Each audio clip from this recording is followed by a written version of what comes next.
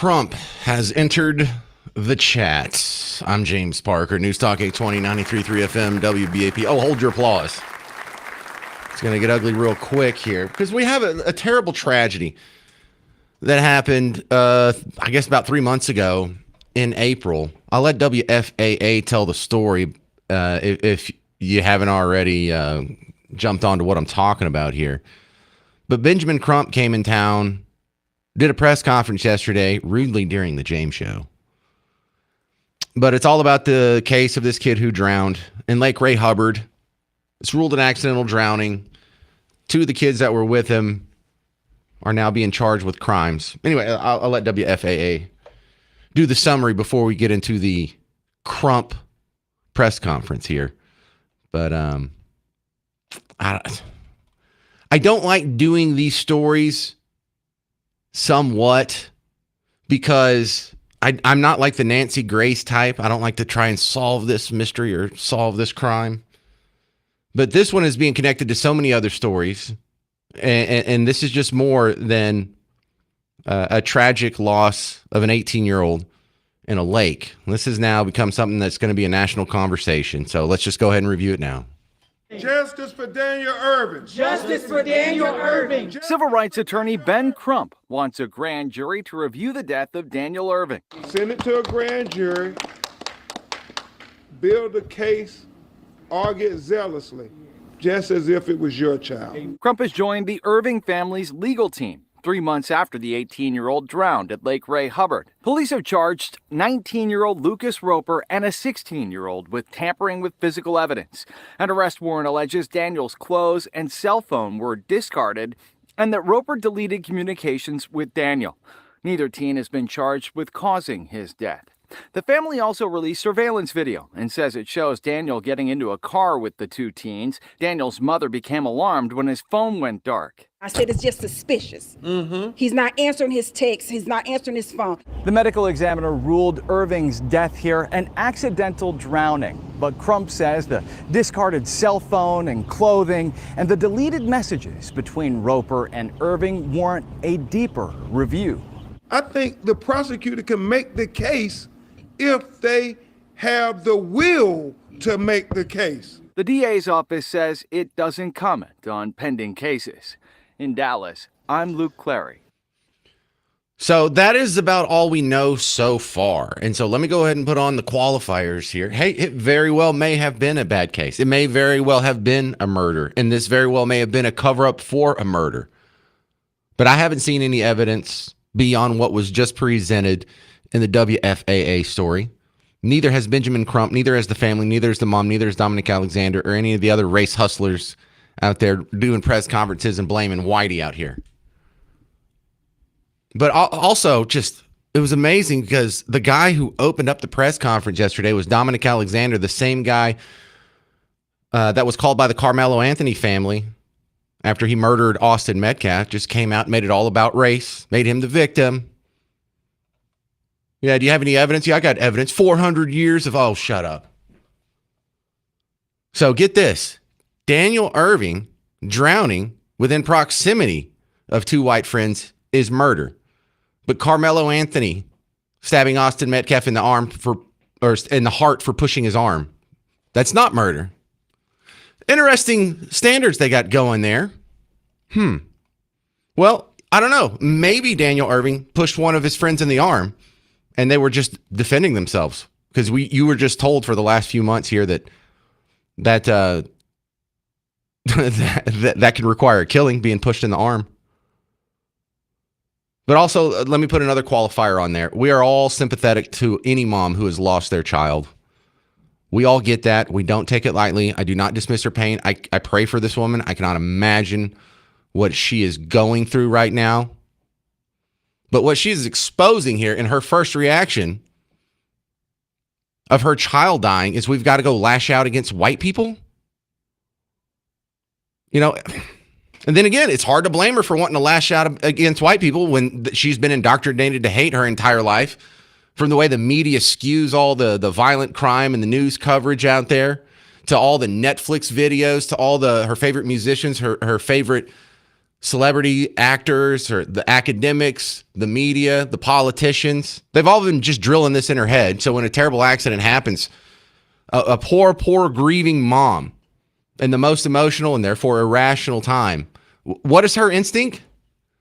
We got to take Whitey down a peg? All right. So, look, I'll just give her all the grace in the world. She's lost a child. No criticism for her, period.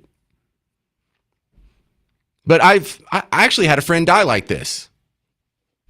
Way back in the day, back in Bug Tussle, they opened a Ryan's Steakhouse when I was a junior in high school, and I got to be there for when it opened. You know, we were part of the training. We were there when they opened the doors the first time. And the crew of people I worked with, one girl that worked at the front, Victoria, she went out and died just like this. Out by Bug Tussle, there's a little lake called Lake Tyler. Right to the east of that, there's another lake called, you're not going to believe this, Lake Tyler East. And between the two is a channel.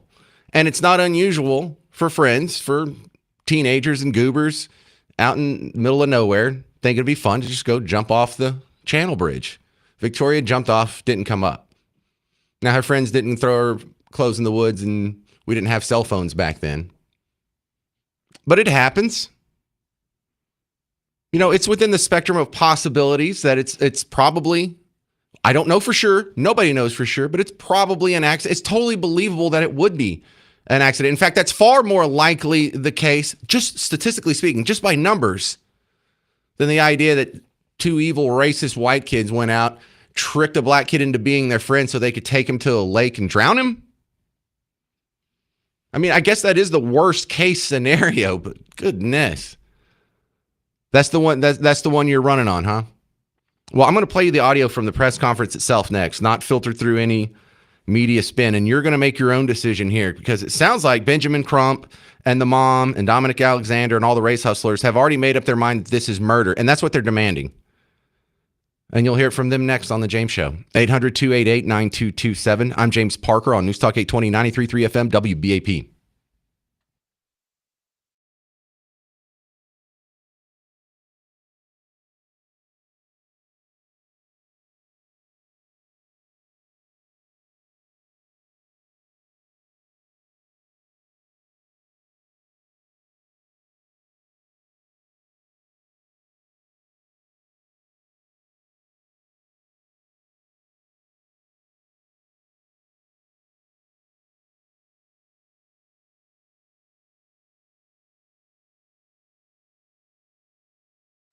Hey, Texas homeowners, James Parker here for Blue Ribbon Roofing. Let me read you one of the 5-star reviews. I'm going to go over to Gerard, who said, Blue Ribbon didn't just replace my hail-damaged roof, they improved it. Top quality shingles, excellent workmanship. They even added ridge vents for improved attic ventilation. Communication from start to finish was very helpful. Price assessment reasonable. Price, services, roof repair for storm and wind damage. 5 stars from Gerard. I want to see your Google review up there. Look, your roof on a long enough time scale is going to need to be repaired, if not completely replaced. You're going to call Blue Ribbon Roofing. They're going to come out, give you the free inspection, let you know what needs to be done. You'll get to pick out your shingles, your colors. The ridge vent gets thrown in for free for anyone. And I want to see your 5-star review on how awesome they did for you. It doesn't take long. It just starts with the free inspection. Go to blueribbondfw.com to get the process started. blueribbondfw.com.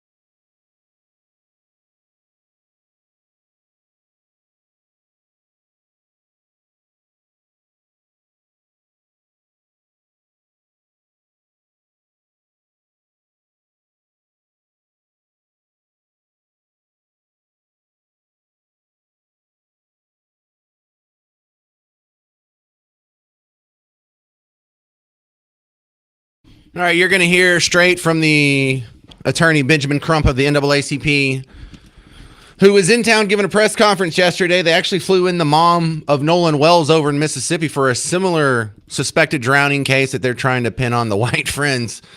What kind of weird season are we in here? But look, there's not going to be a whole lot of editorializing on me from this segment. I'm just going to let you hear the raw audio yourself. Now, the whole press conference is 35 minutes. It was about 23 minutes of, let's see, what was that, the first question?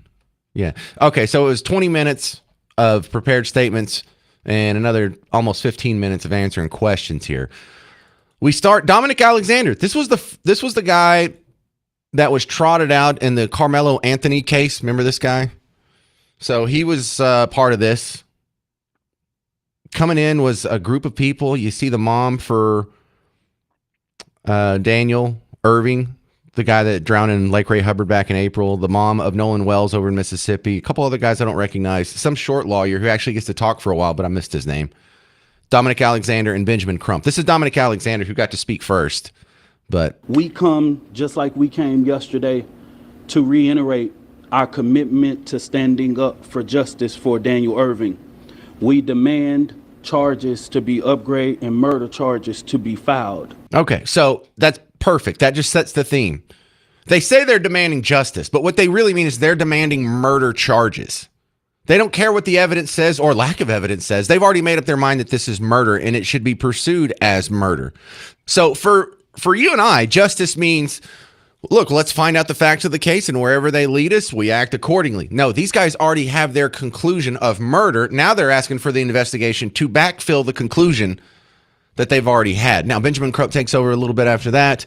And remember, when he's asking for justice, he's asking for murder charges. They've already said that's what they mean justice is. So listen to this. Not only are we going to fight to make sure they remember Daniel Irvin's name, but we're going to make them get justice, not partial justice, not half justice, not 3/5 justice, but we're going to get whole justice for Daniel Irvins. Yeah, well, what about the 3 people that were killed at the mass shooting at the Airbnb Memorial Day weekend? You want to get justice for them? Do you remember their names? What are their names, Benjamin Crump? Do you only remember the names of black people who were murdered if and only if it can make white people look bad? Find that interesting.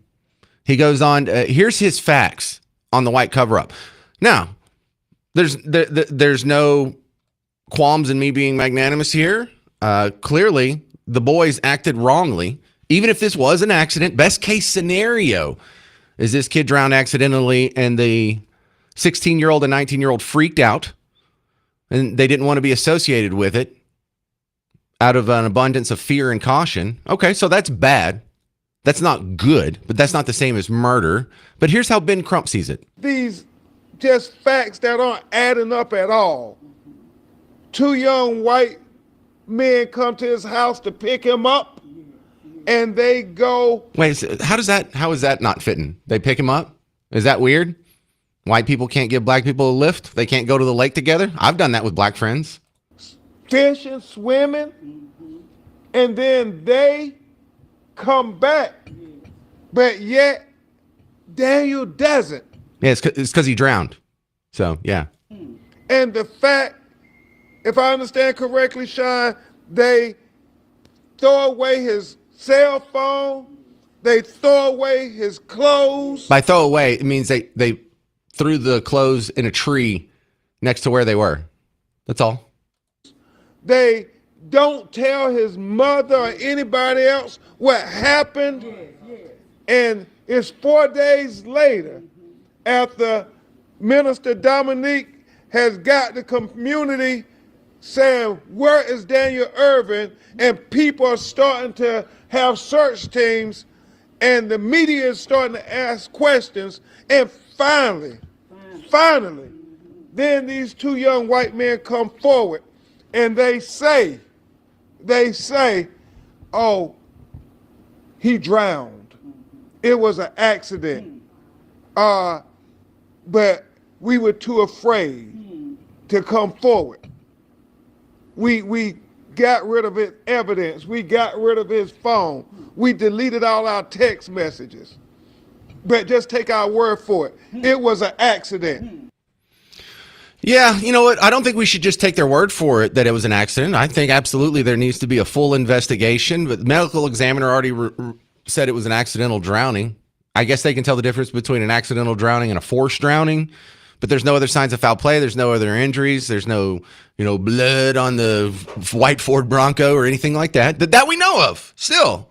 I mean, we don't know enough to exonerate the guys yet, but we don't have any evidence that this is murder. But think about it this way. Remember when Donald Trump got in trouble because he went to the U.S. hockey, he called the U.S. men's hockey team, and he was like, hey, can't wait to see y'all at the White House. Congratulations on your big win. I guess we have to invite the girls too. And they kind of laughed, because the joke was you can't leave the girls out because they might overreact to the slightest perceived slight and take it as an insult. And you won't believe what they did. They hyperventilated and overreacted to the slightest perceived slight and acted like it was a huge insult. Now, in this case, I see a parallel here because it sounds like the white kids were worried about, oh my goodness, we're white kids, and if we show up and there's our black friend died, we're going to get crucified. We saw what happened to the Metcalf family. We saw what happened to the George Zimmerman family. We saw what happened to Derek Chauvin. We saw what happened to the officer who shot Michael Brown. Their lives were destroyed. Their families have been swatted just probably over a dozen times by now. They will never live a normal life. The Duke Lacrosse boys will never live a normal life. Daniel Penny will never live a normal life. And you're not going to believe it. When they actually did come forward and admit the truth, they are being proven correct. They are being treated like the worst people ever. And you are confirming the reasons why they were scared to come forward, because you people are now out to destroy them.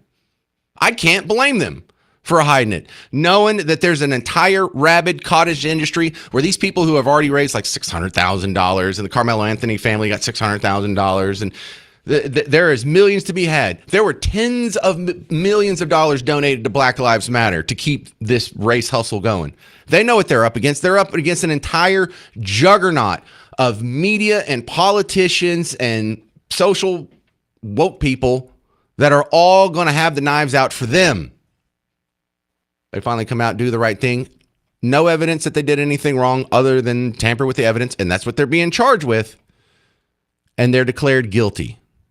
Benjamin Crump, next clip. Where there's smoke, Dominique, there's fire. Sean, if it walks like a duck, if it quacks like a duck, if it sounds like a duck, then it's a duck. Yeah, I can't take you serious when people are just humming and going, in the background. This isn't church. This is a press conference, and you're trying to convict two probably innocent teenagers in the court of public opinion based solely on the color of their skin. That's pretty ugly stuff. Coming up next, Benjamin Crump is going to throw out this hypothetical. Well, what if the roles were reversed? This wouldn't be treated the same. Well, you're damn right it wouldn't be treated the same. And I'm going to prove how wrong he is coming up next. 800-288-9227. We're just going over the press conference with Benjamin Crump and all the race hustlers who were brought down to exaggerate and sensationalize the tragic drowning death of one of our teenage neighbors here in Texas, Daniel Irving. Sad story all around. Doesn't have to go this direction. I'm James Parker. It's News Talk 820, 93.3 FM WBAP.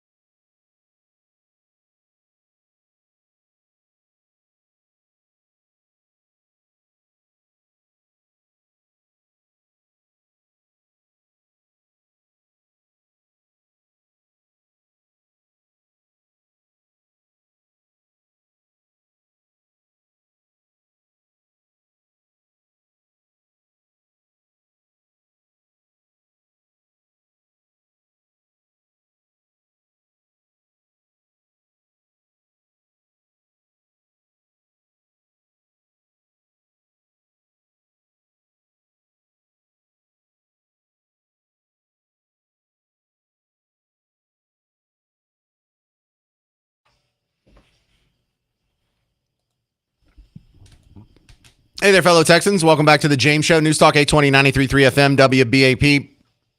Your President Trump, just sat down at a defense summit in Carlisle, Pennsylvania, and I was listening to it a little bit while you were getting caught up on the news over there from Cameron.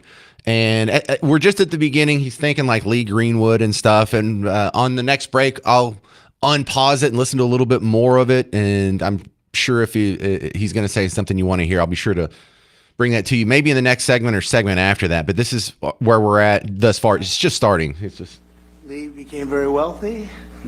Lee Greenwood, he's fabulous, and I want to thank him. He's been with us from the beginning. A great guy, great talent. All right, so we're just going through all that. Boy, they have a really fuzzy mic, too.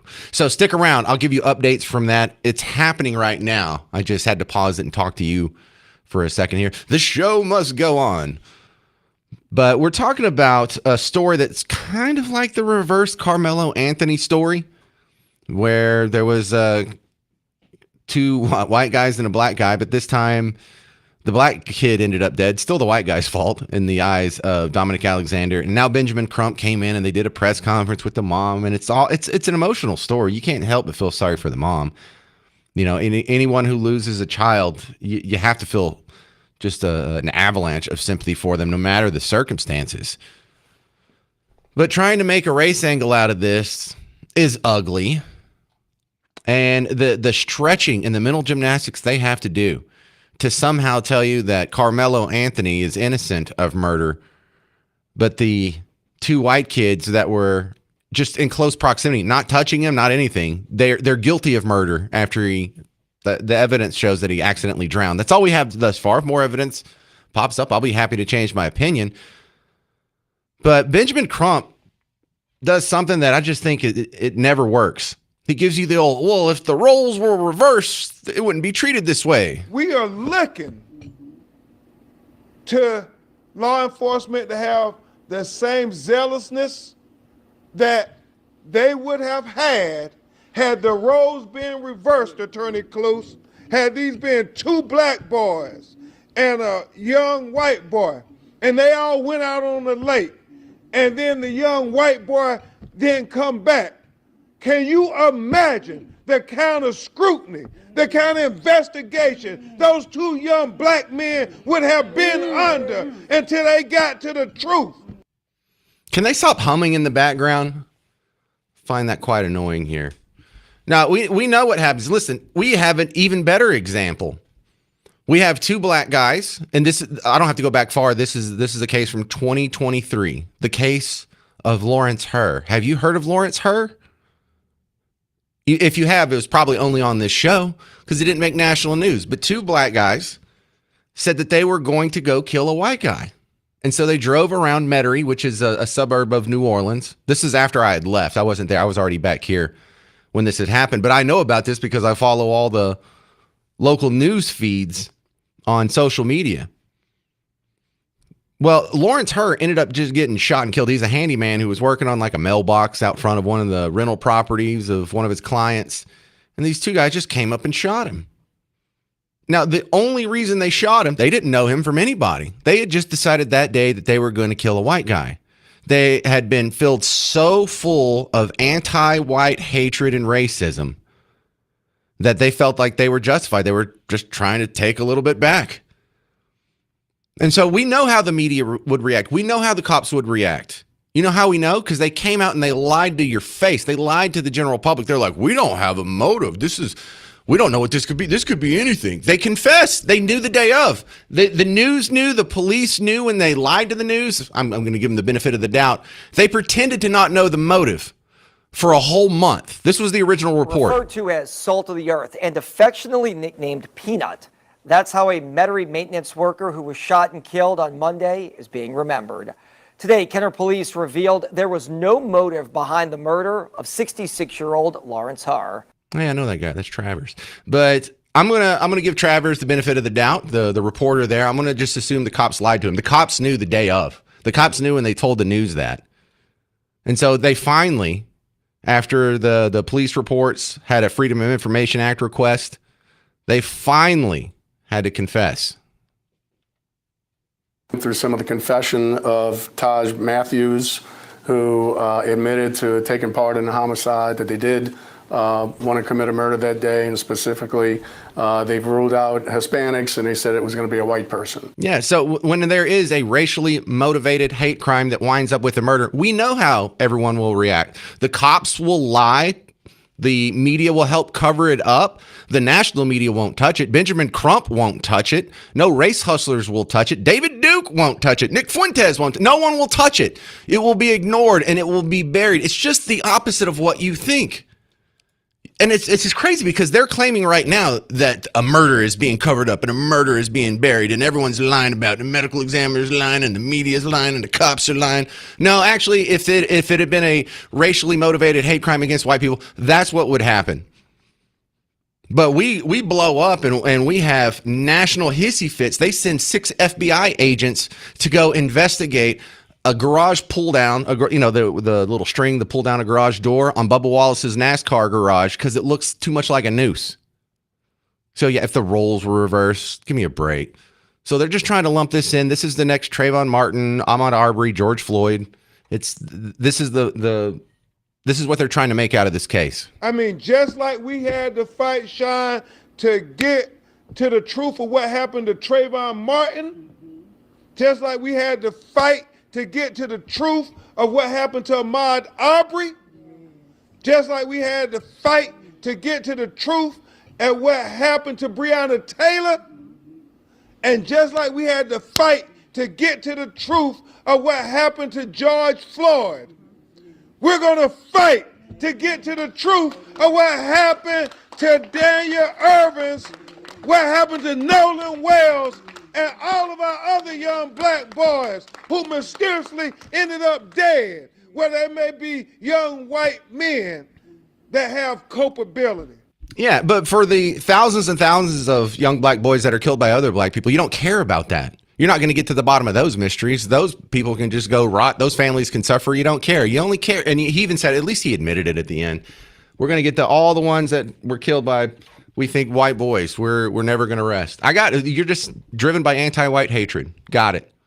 Ken in Arlington, you're on News Talk 820 93.3 FM WBAP. Hey, in a court of law, has any of these race pimp hustlers ever won a case? Oh my God! They the George Floyd case. They sent Derek Chauvin. He's in prison right now, getting beat up on a regular basis because he happened to kneel on a guy who was ODing on fentanyl. Yeah, well, I mean, but I don't think that's winning of a case. That is evidence. Barack Obama's district attorney said, "Hey, you know what? Hey, we can't touch this." Ken, the problem is they did get their way. It's not correct. It's not justice. It's not the letter of the law, but that's a victory in their case because they're tribal. The victory is, well, we got to punish a white guy. If someone on our tribe suffers, someone on the other tribe has to suffer. If George Floyd dies, we got to take out one of yours. And conversely, if Carmelo Anthony takes out a white kid, well, we took out one of yours. That doesn't mean you get to take out one of ours. So it's a tribal thing. It's not justice. It's not fairness. It's not equity. It's not equality. It's just very racist and ugly. Well, Sharpton shouldn't be yelling the word out justice because of the Tawana Brawley thing. That's stupid. He knows that was a jacked up thing. Yeah, we know. Listen, he's a flawed person, but whether he's flawed or not, this case has no evidence of foul play beyond tampering with the throwing the clothes and the phones in the woods. There's no evidence of a murder here, and that's not going to stop them. They don't care. They've already made up their mind. They want a murder charge. Damn what the evidence says. We've got to take out a white kid. I'm James Parker. It's The James Show. News Talk 820, 93.3 FM, WBAP.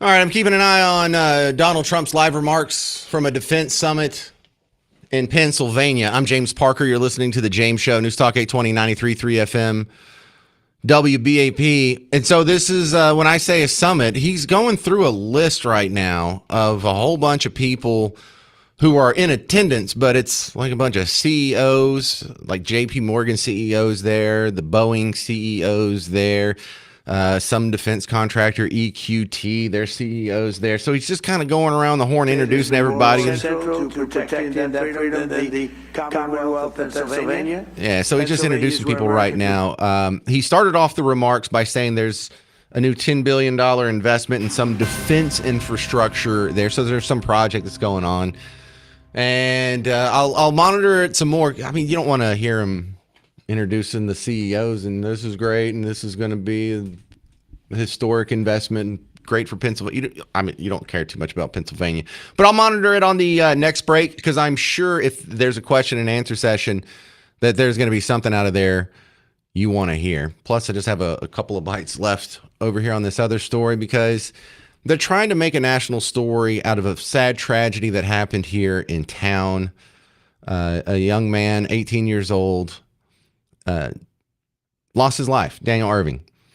And, you know, I have all the grace in the world for the mom who has lost their kid. I had a kid that got really sick, and like, when you have to contemplate what your life would be like if you lost your kid, it's just bananas. Like, I can't imagine what she's going through. So I have no criticism for her whatsoever. She's saying some crazy things.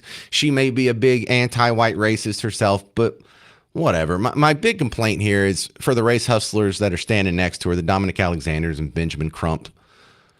They've already convicted this guy. They're trying to make him into the next Trayvon George Floyd. They want riots, and this is their job. But there's also another case that's similar to this that sounds suspicious as well. A kid named Tyler Smith in Kentucky who passed away, and he happened to be the only black guy at a party full of white people, and so they immediately think, well, we're demanding murder charges. But that's what they're doing here. They were saying at the press conference yesterday, damn the evidence, we want murder charges. How many times can you all tell us it's an accidental death before we start to say, if it was your child, would you say it was an accidental death, or would you say it was a murder? I'd probably say it's an accidental death. We are saying we want these cases investigated as murder investigations until they prove themselves not to be murderers. Dude, if I said the exact same thing he said, I would lose my job. You get that. Yeah, hey, if I had a white kid that died and there was two black friends, I would just assume they're murderers. That sounds racist, doesn't it? I wouldn't assume it was an accident. Look at the color of their skin. Clearly they murdered. That sounds racist because it is. It's racist if I said it. It's racist when he did say it yesterday. And make no mistake, this isn't about justice. This isn't about the case. This isn't about the facts. This isn't about a murder. This is about black versus white, and this is what this guy gets paid for. Well, we're here to say our black children's lives matter just as much as white children's lives. Black tears are just as painful as white tears, and black pain hurts just as much as white pain. Is anybody saying anything different? Have you ever turned on the James Show or any other show on WBAP or anywhere and heard one person go, nah, black tears, they don't count as much as white tears. Black pain isn't as valid as white. No one's ever, who are you talking to? So you're going to like it when they finally turn it over to the questions. The first question from the local media, round of applause for our local media not being embarrassing. I don't know who said this, but this is exactly what you would have said too. Do you have any evidence that this is murder? Any? And you're not going to like his answer either. What, in your mind, in your legal opinion, are the most compelling facts or pieces of evidence that this should rise from tampering with evidence to charge of murder? The fact that there are so many black men sitting in prison That's who it. have done far less than what these two young white men did. And look, he doesn't actually give you any evidence. He has no evidence. He didn't answer that. Well, how do you have evidence? Well, there's racist white people. And I'm just going to play one clip from the mom. I don't want to beat up the mom. She lost her kid. She suffered enough. I'm not here to add to it. But she does give you the conclusion here that they think that this is murder. They think it was premeditated. They think it was intentional. And they don't have any evidence for it. It's just based on racial antipathy, I suppose. Is that your conclusion now, that they intended to do your son harm? Absolutely. Absolutely. That this wasn't an accident? And that No. No.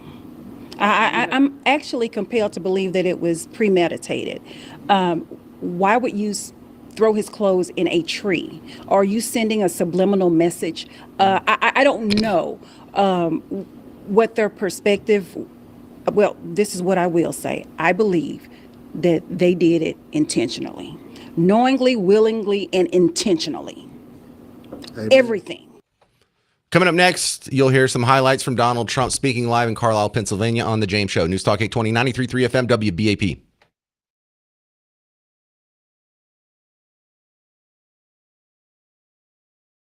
Declared its independence, where George Washington crossed the Delaware, where the Union was saved by the heroes of Gettysburg. What a war that was when you read about it. And where Pennsylvania workers poured the iron and steel that won 2 world wars and won lots of other things in addition. With today's announcement, Pennsylvania will play a key role in building the arsenal of freedom to defend our nation in the modern world. We have things happening in this state. I think really people don't know what's happening in Pennsylvania. People aren't really, literally, they're not able to even fathom what's going on. And I'm just sitting back there, I thought I was very well aware of it. And then I'm meeting people, very well-known people, and they're saying what they're doing here. We got to get the word out a little bit, because this is very much of a miracle, very much of a miracle. Highly respected people. The talent and innovation in this room will keep America safe for many years to come. They are very advanced, the most advanced equipment anywhere in the world. Under the Trump administration, we've invested a record $1 trillion in the United States military, and next year, I'm proud to say, and Pete, we have to get moving on this, $1.5 trillion we're going up to. We need it. It's all made in the USA, so it's not, as Sean, it's not fully a cost. You know, it's cost. We got to take something, but it's called jobs, and when you think of it that way. But 1.5, I built the military in my first term, and I used it in my second term. And as you know, Venezuela was actually 48 minutes, but let's call it 1 day. And we've paid for the cost of that war 50 times over, more than 50 times over already. And they've been great, the people from Venezuela. The leadership has been fantastic, and we're working with them, and the big oil companies are moving in.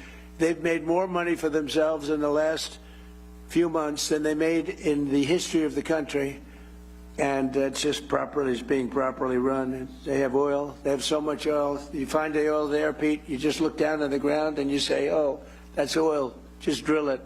There's very few places that have anything like that. But we have a great relationship with the leadership. We've worked with them very closely, and we're bringing all the big American companies in, and it's been very much of a miracle. Millions and millions of barrels a day. The spirit of our armed forces is the highest it's ever been, with every branch setting records for recruitment. And I will tell you, during the campaign, when I was running against Kamala, she had no clue, but Joe had no clue either. That's why they got him out of there. I had to run against 2 people. Everyone else runs against 1 person. You do well. Joe wasn't doing too well. He was down like 28 points. So they said, let's replace him. That's like replacing a fighter. You're doing great against the guy. I said, let's put somebody else in. Fortunately, she wasn't much better than he was. And somebody said she's leading in the polls. That's not possible. But if she is, that's fine. You know, you got to go out, you got to win. But what's happened with the election, this was an amazing election. Think of it, we won every swing state. We won the popular vote by a lot. We won 82%, 87% of the counties in America. That's a big one. We won the Electoral College. We won everything. But all 7 swing states, the big thing was, could anybody ever win all 7? We won all 7 swing states, and we won them by a lot. So it was a great, great achievement.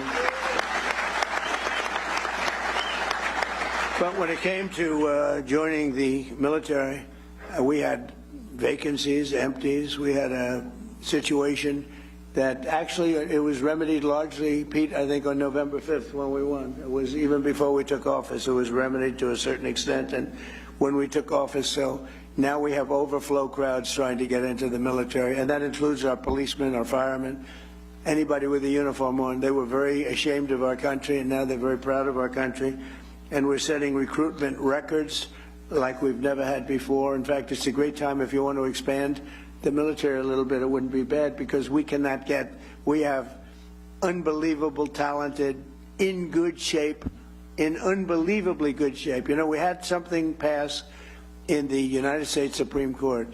It was called merit, and nobody thought that was going to happen. I didn't think it was going to happen, actually. We're trying to get it.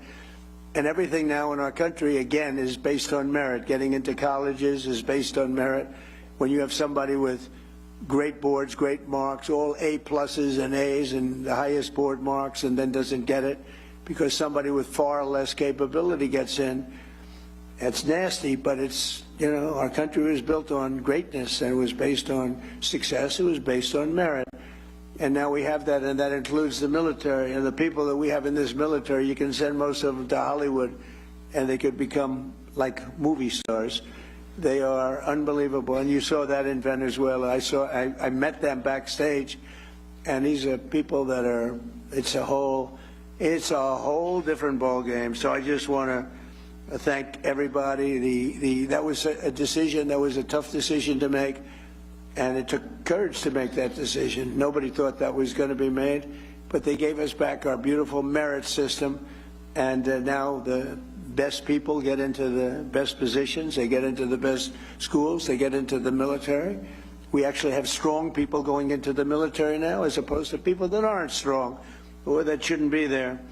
And it's like, I call it central casting. Washington, D.C., we're using the military in there, and our crime rate's down 92%, and it's gone from an unsafe city to one of the safest cities, the capital, one of the safest cities anywhere in the country. Restaurants are booming. The restaurants were all closing. People were afraid to go to a restaurant. We took out over 5,000 criminals. We got them out of here. We got them, sent them back to their country. Many of them came through the Biden open borders, which was insanity. We got them out of this country, and we did a real job in Washington, D.C., and I will say Memphis is a similar kind of a thing. A little bit, we started it a little bit later, but they're down in crime 78%, and New Orleans, Louisiana, the governor called me up, Jeff Landry, great guy. He called me and he said, we have a problem. We have the Mardi Gras coming up, and this place is loaded up with crime. And we sent in the National Guard and others, and it was the safest, that is on record, the safest Mardi Gras on record. They've never had anything like it. He called me two days later. He said, I've never seen anything like it. It's a terrible expression. He said nobody was killed. Well, that doesn't sound so good to say, frankly, in one way, but in another way, many people would be killed during Mardi Gras consistently, and now it was the safest they've had, he said, in 67 years, so it's pretty good. But we're going out for the $1.5 trillion this year, and I think we're going to be able to get it. And we're going to get it because we have so much money coming in. The tariffs have made this country so rich, and they've made this country so competitive. In order to not pay tariffs, people are coming out and they're leaving Mexico, and they're leaving. In fact, it was just announced that Toyota is leaving Mexico. Toyota is going to build one of the largest plants in the world, car plants in the world, in Texas. But many, many companies, they left us and they went to Mexico, Canada, Japan, Germany. They went all over the place, South Korea. They're all pouring back. The car plants, the AI plants are all coming back. If they don't, they have to pay taxes. The chips, we had this ridiculous CHIPS Act where you give billions of dollars to a company and they didn't even know what the hell to do with it. You give them billions of dollars, they say they're going to build. Nobody knew what to do with it. And of course the standards were so high. If you weren't transgender, as an example, you didn't qualify. So they get the money, they'd look all over for transgender people to run the company. Large portions, they couldn't find them. They weren't into the chip making business, I guess, right? They had other things on their mind. But this was the Biden fools, those idiots that almost destroyed our country. But we're also reasserting the fundamental truth: to be a strong nation, you must be a manufacturing nation, manufacturing jobs. When you see these plants start to open, so we're building now at a record that we've never even, I don't think any country's ever approached this record. Again, we have 19.2 trillion being invested, and there's never been anything like it. You go back years and years, and it's China had the record. Because, you know, whoever the next president is going to be sitting up here someday and say, what are saying that, son? Like, because we did the job. We did the job, and we're clearing every obstacle to building the defense industrial base. That's like, because we did the job.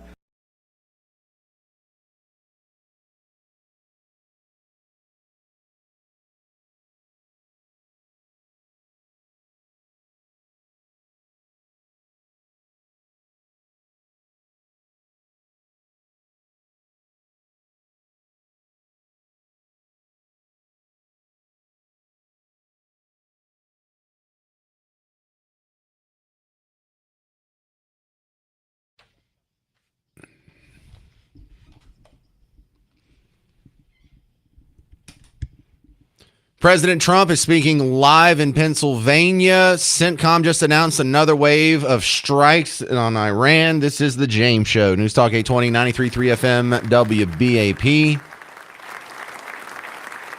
CENTCOM has announced that they've launched another wave of strikes targeting the threats along the Straits of Hormuz and that whole Persian Gulf scenario.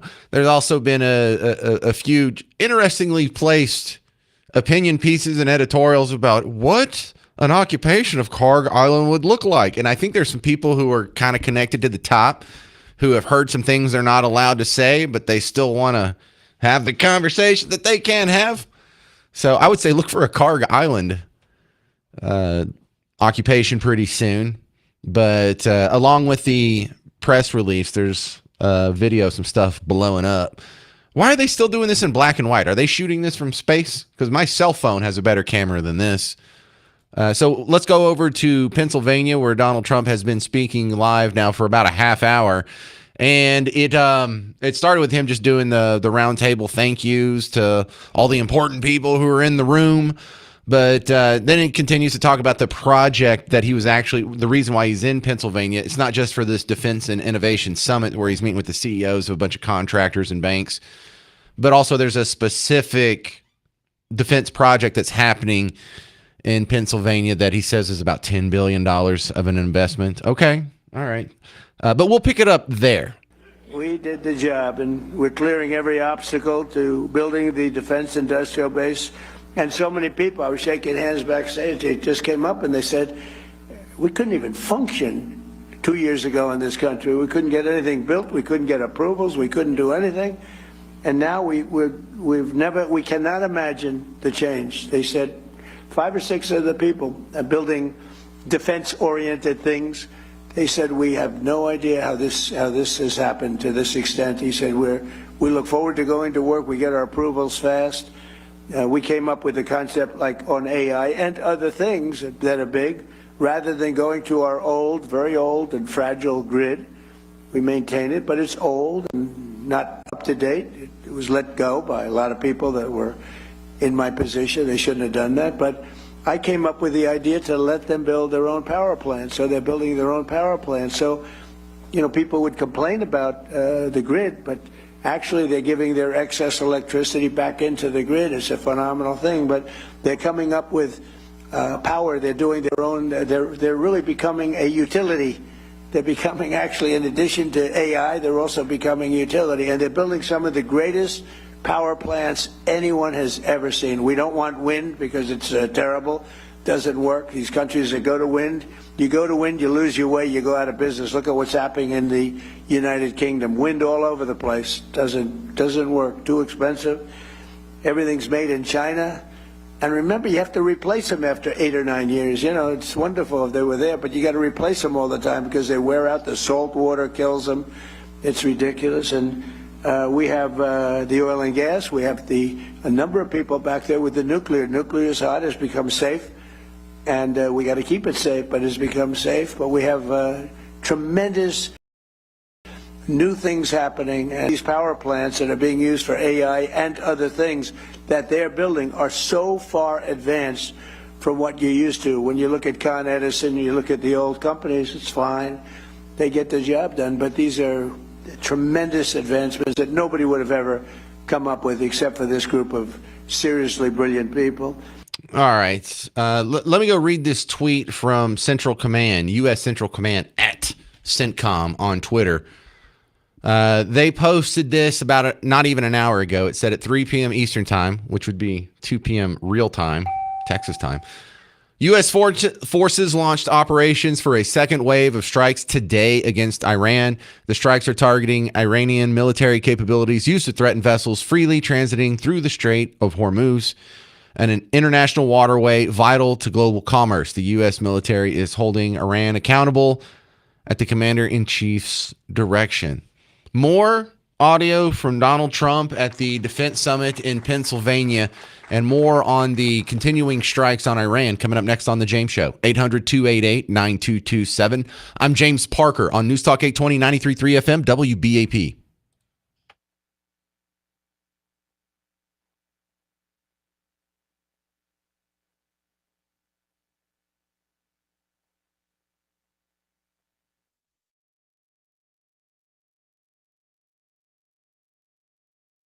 After decades of foreign countries ransacking Pennsylvania and all of our country, they ransacked our country and stealing our jobs, I imposed historic tariffs to protect the American copper, aluminum, steel, and many, many other projects like cars. And because of that, they're all coming back. This could have been done by a president if he knew you wouldn't have a Taiwan making 100% of the chips. I think by the time I leave, we'll have almost 50% of the chips being made in the United States. Worldwide, they're moving here like you wouldn't believe it.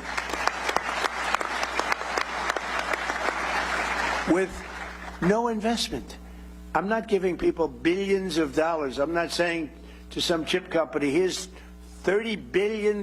Good luck in finding a site. That's what this stupid CHIPS Act was. Hundreds of billions of dollars just wasted.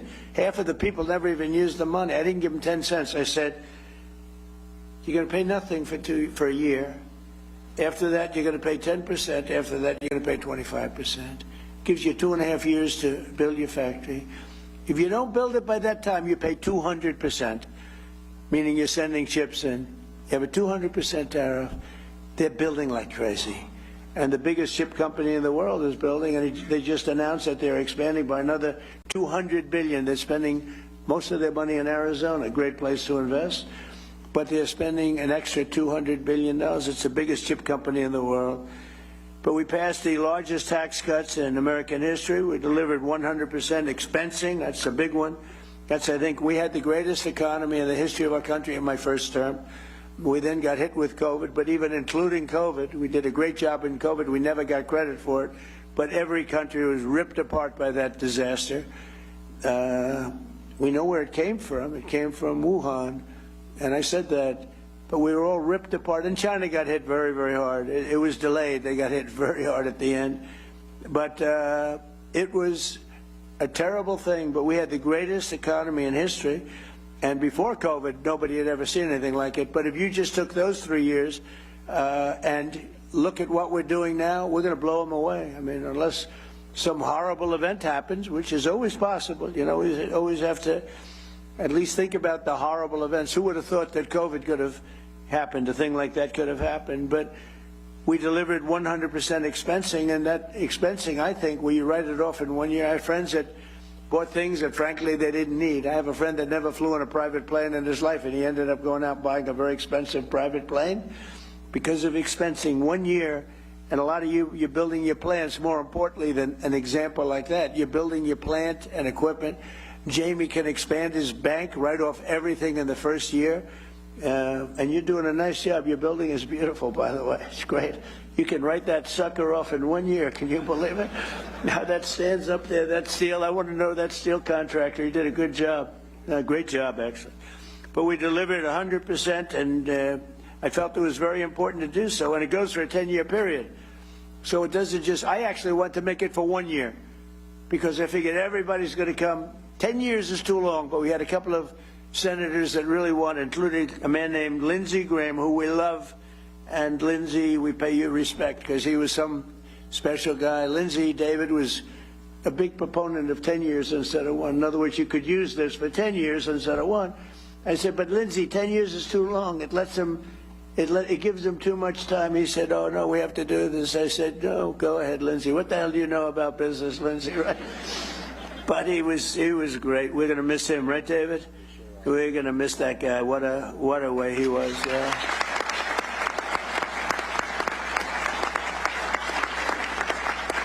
You know, he's a guy, I'm just thinking, he's a guy that some people you don't appreciate until they're not here, right? And you just saw all the quality that he had. He got things done. He could even deal with Democrats. If I needed a Democrat, I could go to Lindsey, and Lindsey would take him out and wine him and dine him and say, I got him for you, right? There aren't too many people could do that. David and I know it very well. But the expensing was so important. I think it's really what led to the. Hey there, welcome back to the James Show. News Talk 820, 93.3 FM, WBAP. So I was just watching more of this summit that Trump is having in Pennsylvania. I'll probably have some other highlights for you after my next guest. Jeremy Rosenthal's coming on the James Show. He's a legal analyst that we see, and I see you cheating on me. I saw you on WFAA last week. But welcome back, Jeremy.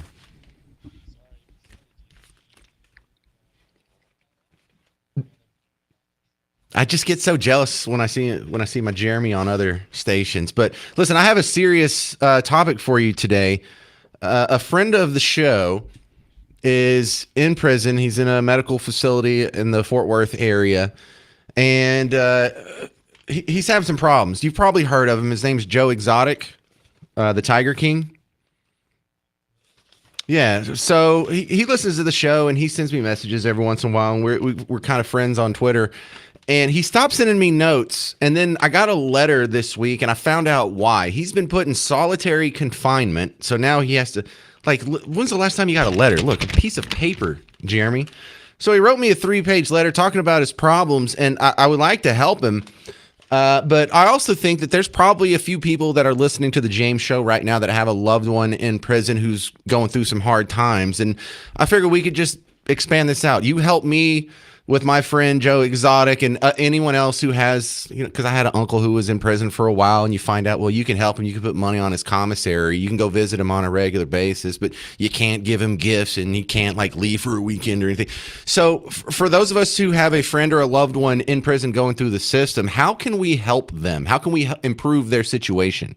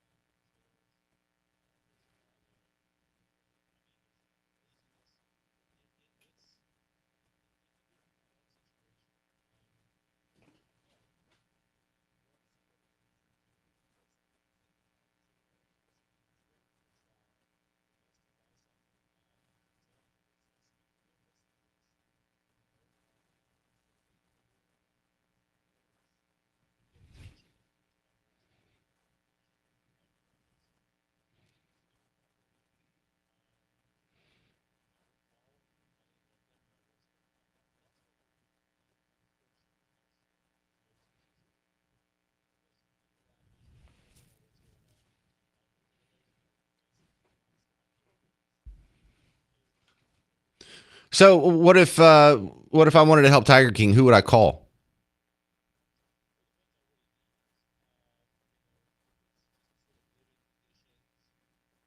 87 days in solitary. Can I help him in that?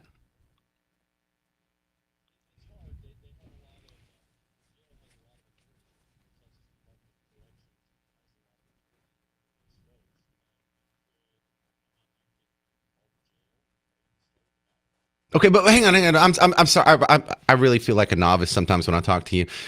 Are you saying I actually call someone at the jail, or I have my lawyer call someone at the jail, or I have my lawyer call the jail's lawyer? Like I hate to be so simple, but I really haven't been through this.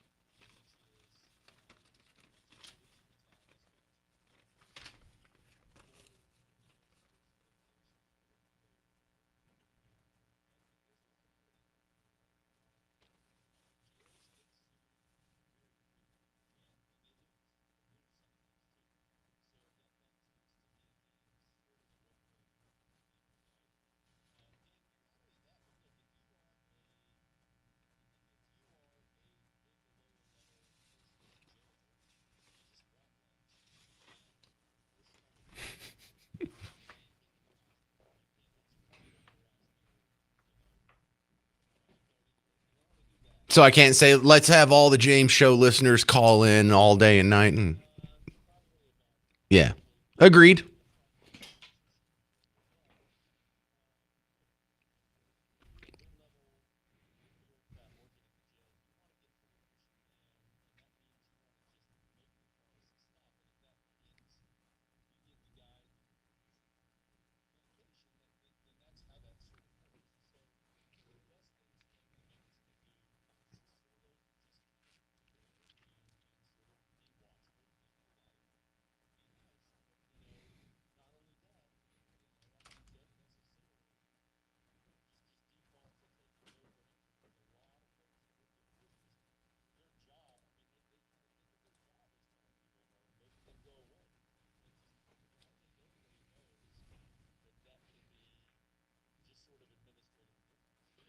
The other issue I have, we're talking with Jeremy Rosenthal, TexasDefenseFirm.com, is my buddy Joe Maldonado, Joe Exotic, Tiger King, has a website where he's put up all the evidence that he says exonerate him from his case. Now, if you think that you have the evidence to get a loved one out of jail, how do you get them a new trial, or how do you get some court or gavel to swing on his behalf?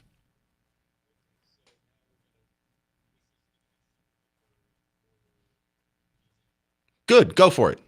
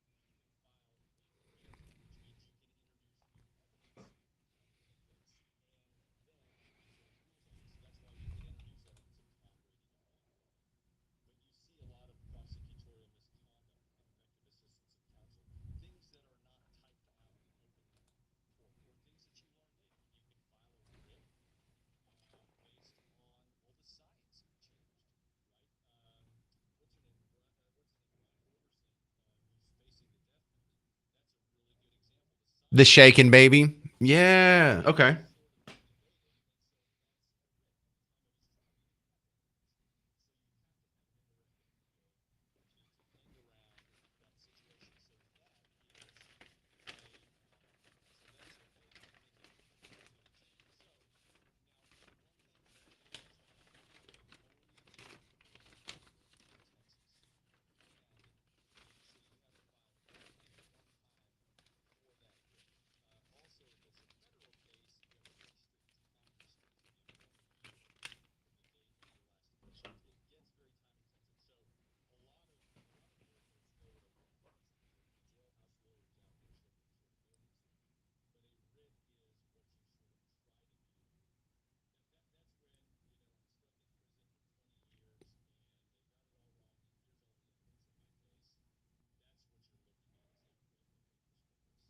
So what should we do for the Tiger King?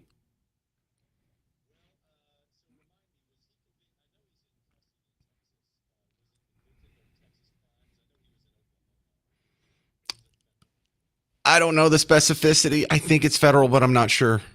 He says he's in the BOP, the Bureau of Prisons. That's Texas, though, isn't it?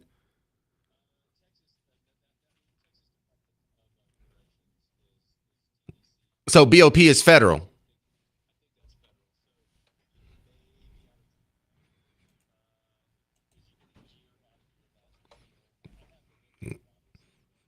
So if the clock runs out, we just have to hope for a pardon or clemency from a governor, or I guess this would be president.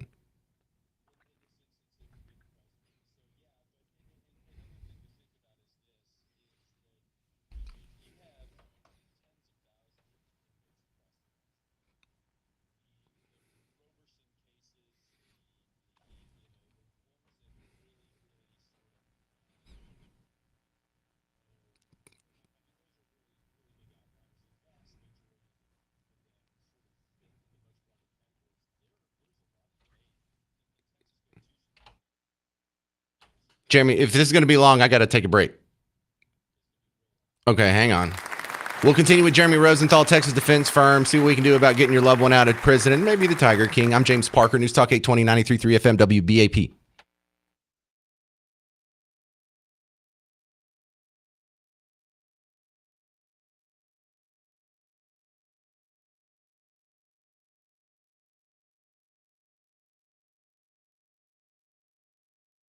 The single most important thing, I think, in terms of investment was the one-year expensing. I think people were building, sometimes maybe they shouldn't have been, but they were building at levels, and then it caught up. We passed the largest regulation cuts in American history by far, and we unleashed American energy, including Pennsylvania oil, gas, and clean, beautiful coal. We're back in the coal business. We have so much technology and changes have been made in coal, and in the Trump administration, you're not allowed to use the word coal without preceding it by the words clean, beautiful, and Chris Wright, who you know so well, and Doug Burgum. They've been a fantastic team, and they were making a speech, and I said, nobody can say coal without preceding it with clean, beautiful, but this whole speech was on coal, and they kept saying clean, beautiful coal, clean, beautiful coal, and I said, okay, it's enough. You know, but it is. It's and look, you know, I hate to say it, but it's what China uses. They're building now 58 massive coal plants, and you know, they're responsible for building the windmills. And I said, how many windmills are they building in terms of using on their land, John? I want to know. If you see any, let us know. They got coal plants all over the place, but they build the windmills. But the only one they have that I know of is one that they want to use. They use it. They don't use it in terms of energy. They showed people, look how beautiful this is, as those poor suckers buy those windmills and lose their ass. But it's a terrible form of energy, most expensive form of energy. It's intermittent, doesn't work, and in my opinion, it kills the environment. It kills the birds. But they're in energy trouble, quite like they used to. But people, the great American Selena. Whereas she's queen of the Rust Belt, but she is the queen for everybody. But anything having to do with Pennsylvania, any of these great states, she's around. Well, Selena, I want to thank you. We appreciate it. Really amazing. It's only because she writes so well about me. You know, thank you. Potential because of the, but she's one who believed in the people. We did more in terms of regulation cut.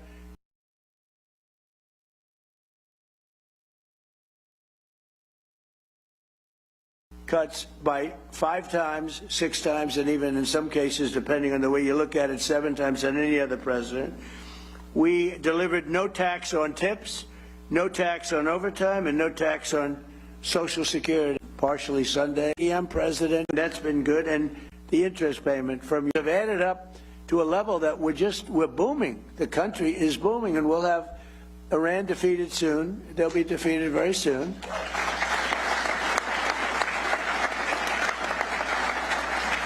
And then I guess it'll be even better. But you know, even during this, it's been amazing. I mean, to think. So I call it a military operation, but I call it whatever you want. It's incredible. It's like it hasn't made a dent. A lot of people thought oil would go up to $350 a barrel, and today it's at $79. A couple of days ago, it was at 68. It went up a little bit because I had to take tough action because they did not obey what they're supposed to obey. I mean, they just didn't do it. So we took a little action, but it'll all, when that settles down, I think you're going to have $55 oil, which is all great for what you're doing, maybe less than that. But this year alone, we've added 18,000 new manufacturing jobs, and that number could go up by 10 and 15 times as these factories begin to open, including, remember Obama used to say, you'll never have another manufacturing job in the United States. Can you imagine? And these are the best jobs. These are the highest paying jobs. They're the best jobs. He used to say it all the time. People would say, oh, that's so bad you talk about him that way. But he did a bad job. And he was very bad on Iran because he basically gave them the money. He made what a horrible deal. He went away from Israel and he went to Iran. And that's part of the reason that we're stuck with this whole situation. But including more than 3,000 new manufacturing jobs right here in the Commonwealth. And the number will go up many times that over the next couple of years. And less than 2 years ago, we were a dead country. I say it all the time. King of Saudi Arabia told me, I was with him 2 years ago, he said, you know, it's amazing. Just a little while ago, you were a dead country, and now you're the hottest country anywhere in the world. Every leader, I just got back from NATO, every leader said the same thing, you're the hottest country anywhere in the world. And they treated me like that. They're not treating me, they're treating me because of the country. We're the hottest country anywhere in the world. And a year ago, 2 years ago, we were a dead country. It was an embarrassment. So now, with all of that being said, just yesterday it was announced that inflation saw the largest monthly decline in 6 years. Can you imagine that? 6 years. So we inherited the highest inflation in the history of our country, and it was really amazing. You know, we inherited it, and then I had my first news conference the day after I took office, and they said, affordability. They go, that's a fake word that they use. They caused the affordability problem. It's called high prices. They came up with this word. They're good at coming up with words, but we came up with a good word too. They're Democrats, dumb. You take the B out. Most people don't know that dumb has a B, okay? But the U replaces the E, and you have a Democrat, and I just don't understand because their policy is so dumb, what they've done to this country and what they will do to the country. If we don't win the midterms or win the election, everything that I'm talking about, you can just write it off because it'll revert back to open borders, it'll revert back to ridiculous high interest rates. And again, we should have the lowest interest rate of any country anywhere in the world because we make them all sing. But since I took office, defense investments in Pennsylvania are up by nearly 25% compared to crooked Joe Biden. And today we're adding $10 billion, and I think the number is going to end up being about 19 or doing this today. And now we're allowed quite nations, and they're working with a lot of ships, $15 billion, which is crazy. It had things, think of it, it had catapult. Of course, and I said, what's bad? It goes bad. But you can't put it, I've ever seen. But I said, see, magnets. So I said, hydraulic, the billions of dollars twice because they lightning.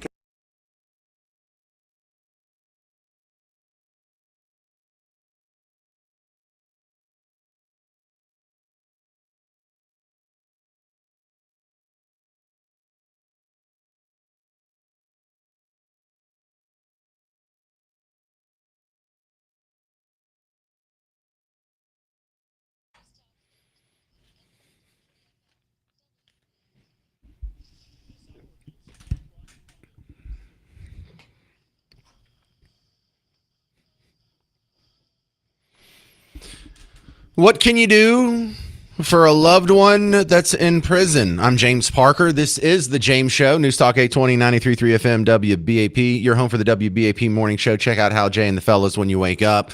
We're continuing with Jeremy Rosenthal from TexasDefenseFirm.com. And specifically, this came up not just randomly out of the air, but Tiger King. Joe Maldonado's his real name, goes by Joe Exotic as a stage name. He's in prison and he listens to WBAP and The James Show. And he called in a few times and he's been a somewhat semi-regular guest and we've talked about different things. But I got a letter from him this week and he's been in solitary for 87 days and he's just looking for some help to get out. He made a website that has all the evidence that looks like, look, I don't know the ins and outs of the case, Jeremy. Like, I didn't even watch season 2. I just watched season 1. But I mean, if this is an innocent guy and we have all the evidence and it's on a website, it seems like a weird miscarriage of justice that this can't be fixed. But you were just explaining how your appeals process isn't unlimited and he may have run out the clock on the ability to get a new trial or get his trial reviewed. So does that just leave us with pardon territory or what?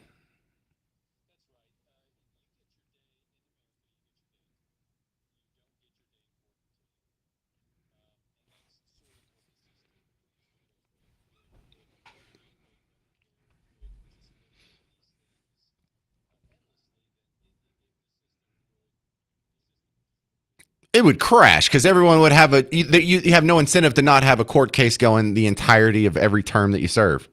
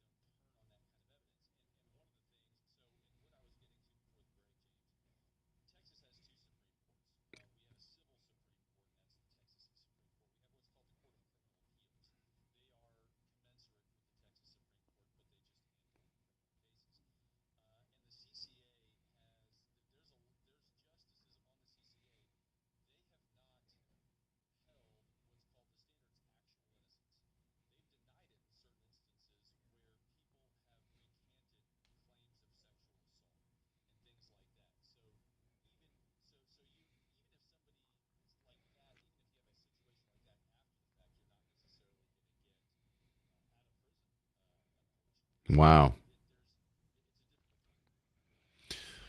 Okay. Well, Jeremy Rosenthal, thanks again. I liked your spot. I don't know if you heard earlier in the show. I think you were in court during the first hour.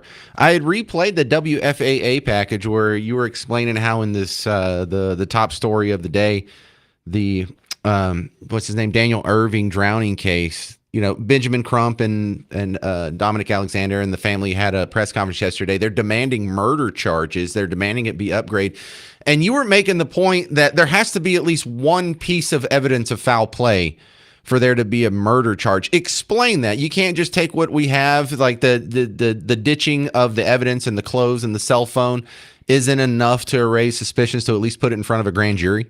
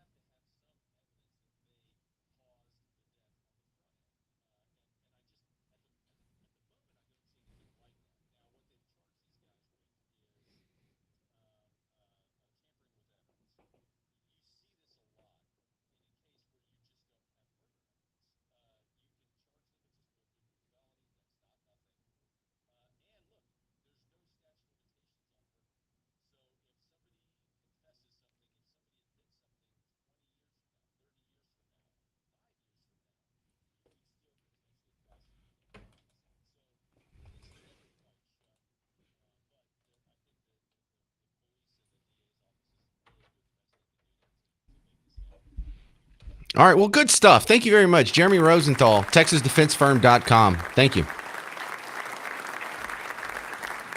All right. Coming up next, Jelly Roll, the country singer, says that his food addiction is hitting him hard, and it's actually worse than his drug addiction problems that he's had previously. And so the question that I hear people asking, can a food addiction really be as bad as a drug addiction? I think it can be worse. Coming up next, Dr. Matt Chalmers is going to tell me if I'm right or wrong. I'm James Parker. This is The James Show, News Talk 820, 93.3 FM, WBAP.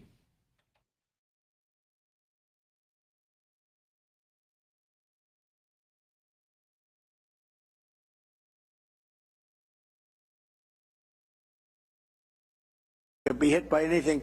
When a little water touches the magnets, it doesn't work anymore. And you're in the Atlantic Ocean with waves that are 60 feet high, and the Pacific Ocean with waves that are 70 feet high, and they're talking about magnets. It makes you want to get sick. I actually called in the architect of the ship, and I said, have you designed a ship before? Well, I haven't spent a lot of time on that, sir. No. Even the cab, you know, the tower, they have it in the back instead of in the middle. It's supposed to be in the middle where you have more room. I said, why'd you move there? Well, we thought it was very good. Why did you do it? And why is the ammunition under where the admiral is, the tower? They have the tower and they have the ammunition under the tower. I say, if I'm the enemy, I know where I'm aiming.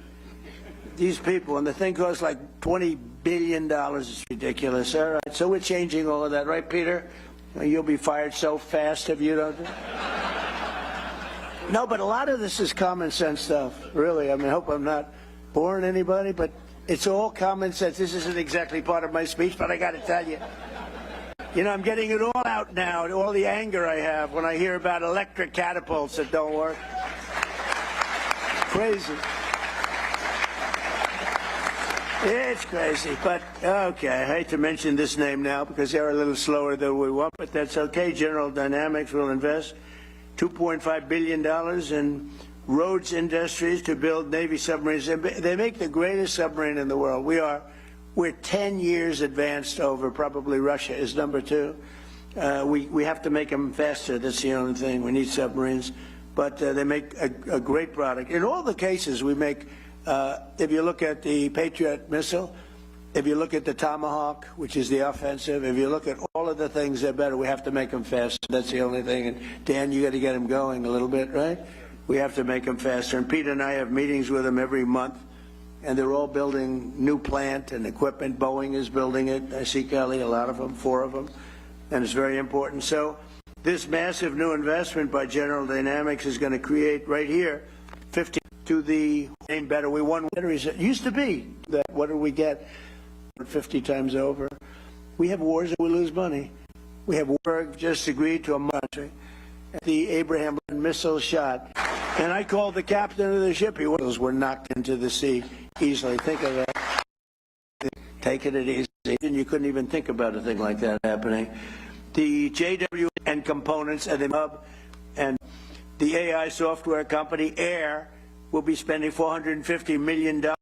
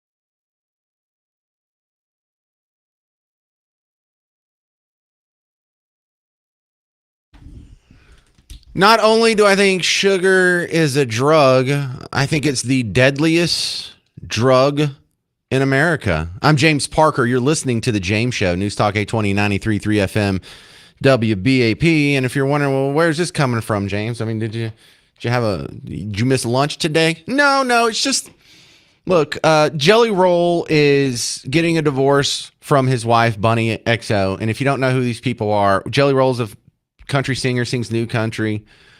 And he's lost like almost 300 pounds. Like when I first saw him, he's like a 400-pound giant guy, and now he looks like he weighs 180. And so part of his magic and his mystique is a couple of years ago, he was a huge guy, and we've all watched him just slowly whittle down and become like a healthier, much better looking version of him. He looks like a completely different person. And now we're all kind of sad because now that instead of looking like a blimp, he looks like a regular dude. His beautiful wife is leaving him. And he's saying in all this stress, with the fame, the fortune, and now the divorce and the weight loss and everything that goes with it, he's spoken up about his food addiction. This is a report from an online crew called Pop Fusion. Jelly Roll is opening up with striking honesty about one of the biggest challenges. He's still working to overcome food addiction. The country star, whose real name is Jason Deferred, recently shared a candid update about his struggles with overeating, revealing that the battle feels remarkably similar to the addiction issues he fought earlier in his life. His emotional reflection comes during a difficult personal chapter following his divorce from ex-wife Bunny XO, adding another layer to his ongoing journey of self-improvement. Speaking in a July 10 YouTube video while chatting with a fan, Jelly Roll admitted that stress had recently triggered a familiar pattern of behavior. "I've been overeating the last 3 or 4 days," he explained. All right, yeah, let's just cut off there. My next guest is Dr. Chalmers from Chalmers Wellness. And Chalmers, I wholeheartedly believe that sugar, while technically not a drug, is in practice very much a drug, because the definition of drug is kind of murky. I think we need two different words for what we call drug. Like regular drugs that address some sort of physical condition, like an aspirin or a Tylenol or, even a insulin, something like that. And versus a recreational drug where you're taking it not because you need to deal with some physical issue. You just want to make the chemical reaction in your brain go off like, ooh, that feels good. And I think that's really why people eat sugar. People don't eat sugar because it's like, well, I need some calories. I'm in a calorie deficit. I need 800. I'm about to walk up a hill. I need 800 calories from this donut. No, it tastes good. And so they're doing it for the same reason. You're eating sugar, simple sugars especially, just to make the signal go off in your head that, that tastes good. Now, here's why I think it's more deadly and more dangerous than actual drug addictions is you can't live without eating. You can live without drugs. You can just cut off drugs and never touch them again and never have to deal with that. But you're always, every day, going to have to be putting food in your mouth. And I think that's what makes it far more dangerous. Your thoughts, Matt?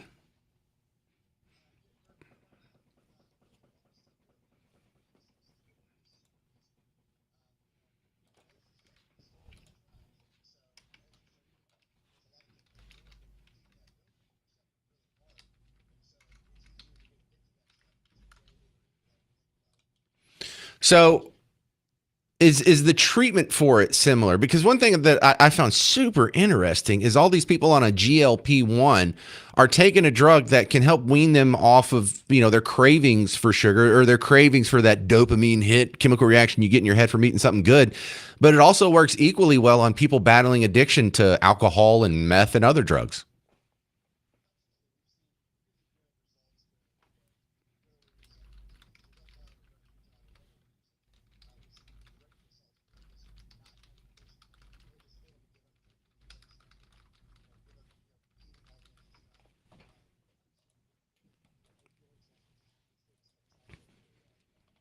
Is that just the GLP ones, or do like the other ones, the like GLP-3s and peptides and stuff help with that?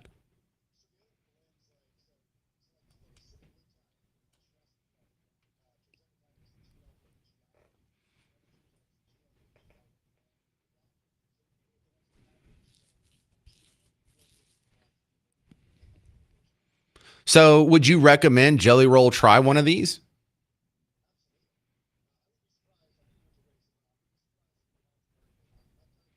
Yeah, I guess we should assume that. Matt, should we just start assuming anytime someone loses 100 pounds these days, they probably took one of these shots? Because I like giving people the benefit of the doubt. Maybe he just, stopped eating with a shovel, or maybe he took up jogging, or, I guess we can just assume these drugs these days.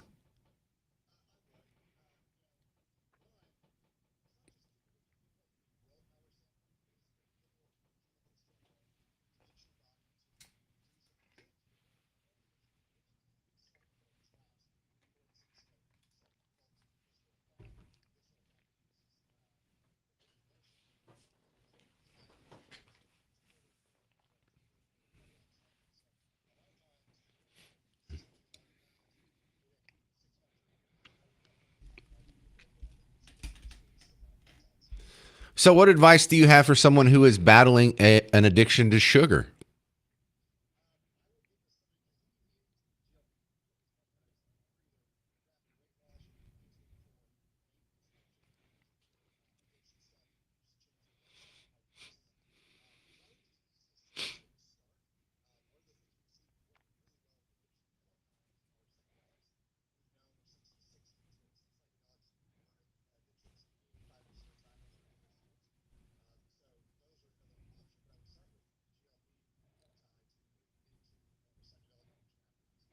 When you say psychedelics, you're not talking about going out in the pasture and eating mushrooms. Are you talking about ibogaine?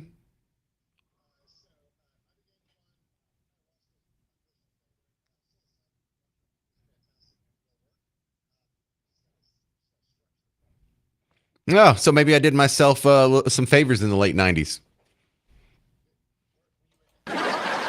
No, maybe I preempted these addictions with, All right, we're talking with Dr. Matt Chalmers from Chalmers Wellness. Jelly Roll saying his food addiction is tougher than a drug addiction. Are there some drug addicts who are like, I don't know, man, this needle's pretty strong?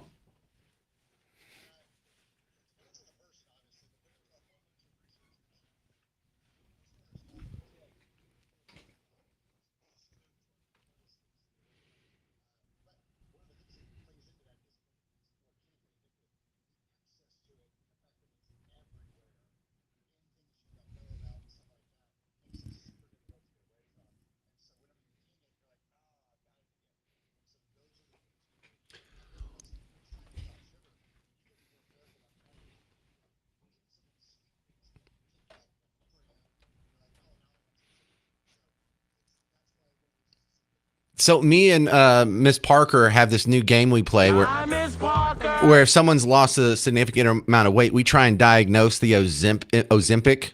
And I bet you're real good at this because, we joke about Ozempic face, but everyone looks drastically different if they lose a lot of weight, whether they do it naturally or through a drug. However, if they're not supplementing, with the right nutrition to fill in the gaps that the GLP-1 and the GLP periods create, can you see it in their face that they're using one of these drugs?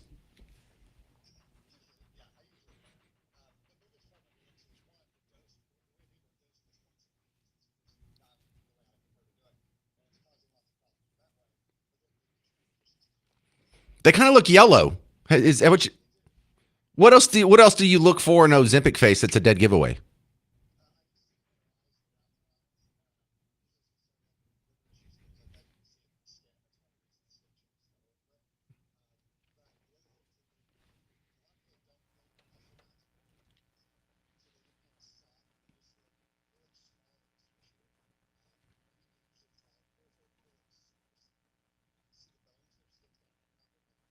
Yeah, I saw Charlize Theron this week, and I was like, that's one. That's one. All right, ChalmersWellness.com is where you go if you need any more help from Dr. Matt Chalmers. And if you are taking a GLP-1 and not supplementing it, that might be the first reason you need to call him. But thanks for this help on the sugar addiction topic. All right, there he is, the great Matt Chalmers. Coming up next on the James Show, I have some highlights here from the Donald Trump speech. He was talking to this summit in Pennsylvania. You'll hear the audio next on the James Show. News Talk 820, 93.3 FM, WBAP.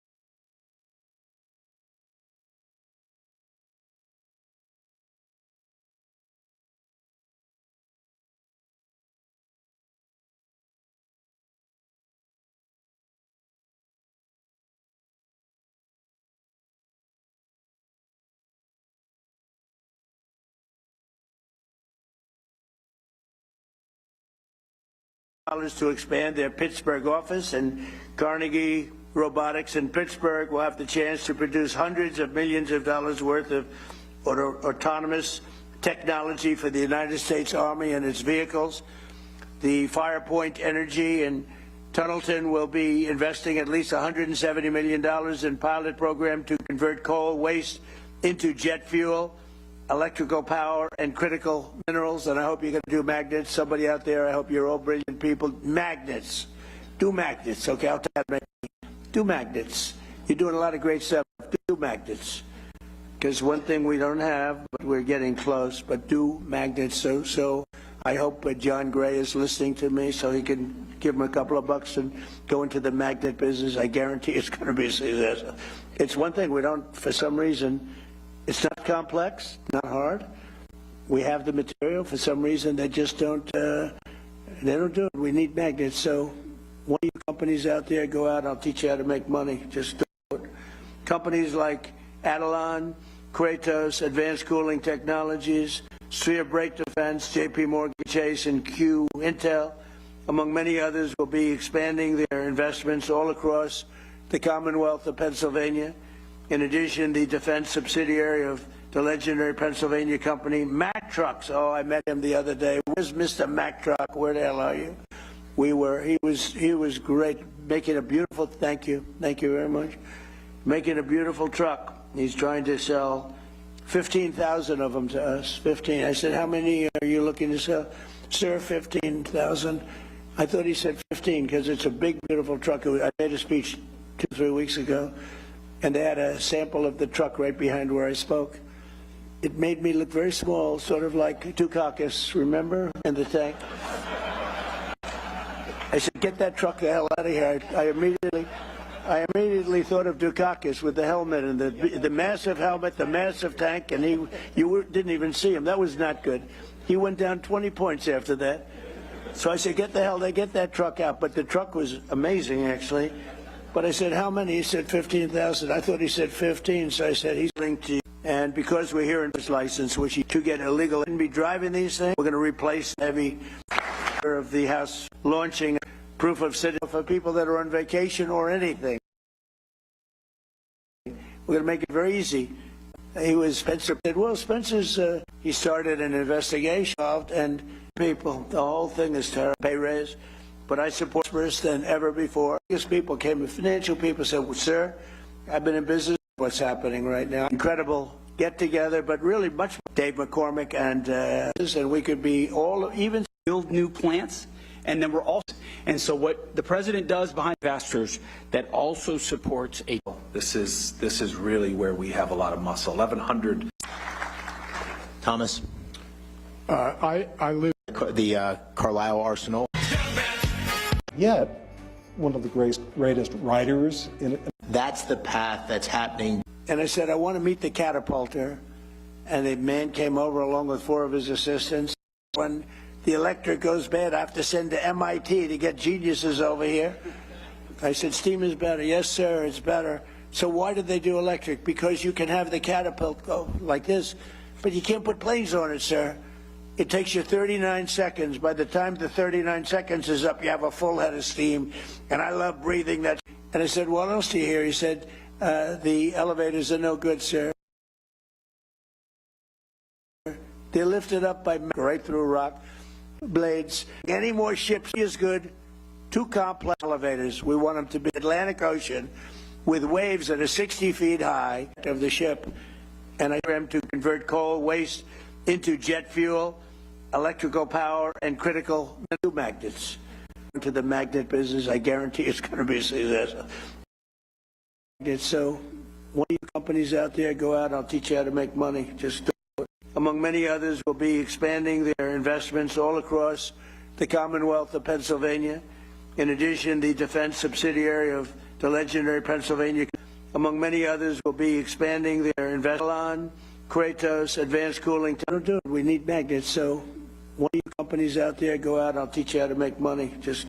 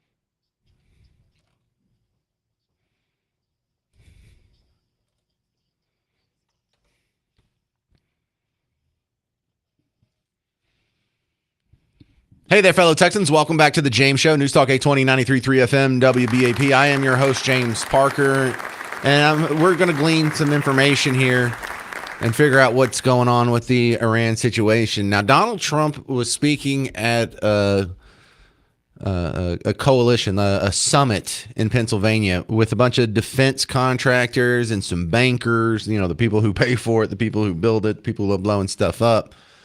And it was mostly surrounding a bunch of new programs and plans. I was hoping there would be a question and answer session. There wasn't. But if you want the bulk of what was talked about, it was over an hour. In fact, it was about an hour and a half. Now, he spoke for most of it, and they went around and let some other people at the horseshoe table talk, some of the other CEOs, a guy from Boeing, a guy from JP Morgan, a guy from EQT. But they were mostly talking about programs like this. Just, hey, we got a new investment coming in. We're going to be making jet fuel out of something or other. And companies like Adelon, Kratos, Advanced Cooling Technologies, Sphere Brake Defense, JP Morgan Chase, and Q Intel, among many others, will be expanding their investments all across the Commonwealth of Pennsylvania. In addition, the defense subsidiary of the legendary Pennsylvania company, Mack Trucks. Oh, I met him the other day. Where's Mr. Mack Truck? Where the hell are you? He was great. So this is the part of the Team Red economics that I think betrays what the founding fathers intended. There was a debate at the very beginning of this country if we would even have a standing army at all. And at the beginning, the idea of there being a standing army for the United States, the founding fathers were against it. We didn't actually get anything close to what we have now, where they even tried to come up with a standing army until the Constitution. And remember, the Constitution wasn't made until we were about a decade into this experiment. If you want to start at 1776, we didn't get the Constitution until 1789. And so in that little middle ground, the consensus was against the founding fathers, who were still pulling some strings at the time and survived, that standing army with all these bases and whatnot. I don't think they would like what they see now. Now, am I okay with us having a standing army? Yes, I am. Do I think it's constitutional? Yes, I do. But I don't think they intended it for it to be 20% of the budget. I don't think they intended for us to have 800 bases and military installations overseas, as in outside of our borders. Of course, if we're going to have a Navy, we've got to be able to dock our ships somewhere. They can't just go out in the ocean and do a loop and come back. But 800? So I find this really frustrating that we're $40 trillion in debt, and the Republicans want to cut really nothing except for USAID and maybe a couple of nibbling at the edges programs here, but they want to leave most of the spending intact, and they want to increase defense spending. On Team Blue, the only cut that they want to make is to defense spending. The rest of it they want to increase. So I'm just waiting for the party to come along that wants to cut it across the board. All the social programs, even defense spending, whatever. I find this kind of distasteful, and it's a weird brag. Hey, look at this. We're spending $10 billion on some new military installations in Pennsylvania. It's like, well, we're kind of out of money. Did you raise some new money, or did you cut something else for this to happen? Because it sounds like you're just going to print another $10 billion, and we're all going to be on the hook with it because inflation plus the interest on the debt plus. So there's all kinds of negative. I don't know. I just wonder why more Team Red people don't agree with me on everything. I don't expect you to. That's ridiculous, and that was intended to be funny. I think the more telling interview was one that I just saw posted today, and I haven't got to watch the whole thing. But J.D. Vance went and sat down with Joe Rogan this week. And here he says, we're not going to put boots on the ground to go do the revolution on behalf of the American people. We're not in that business anymore. Now, I like hearing that. But he doesn't say it in a way that says, we're not going to do boots on the ground, period. Or we're not going to take Carg, because I think they're going to take Carg Island. I think that might be the next little trick that they try. Is we're not going to put boots on the ground on the mainland, but we'll take the most important island in their entire economic system. But check this out. I think this is the more important 35 seconds. It's not good. It's not good, right? And so, if the Iranian people want to rise up and change their government, that's up to them. but we're not going to send 150,000 ground troops in order to accomplish a change in a regime unless the people on the ground themselves want to accomplish that outcome. Now, we're not going to send the troops in regardless, but like to propose sending in the troops, you're basically saying that the U.S. military should do the job for the Iranian people. We're not in that business anymore. We're just not. All right, I'm super happy to hear that. Ed in Mansfield, you're on Newstalk 820 93.3 FM WBAP. The hostess comment regarding a standing army, and how the founding fathers supported it or did not support it. I want to know more about that because I just obviously that's not what I know. Oh, is this the Ed in Mansfield? Did you call me yesterday and give me a hard time, or was that a different guy? It was Mansfield, wasn't it? I am in Mansfield, but I didn't call you yesterday. Have you called recently, like in the last few shows? No. Okay. Well, go back and it's in the debates. I am not as well versed in the Articles of Confederation in those debates, so I can't speak to what they were saying on the floor when that whole document was written. But when it came out, the standing army was not a thing. What they wanted to do is have sort of the existing skeleton of like an army structure. Like we have some generals and we have some officers here, but they didn't have a standing army, and the militias were going to be in charge of that. The states were going to have their own armies, and they would decide if they got deployed or whatever. And it was a whole mess.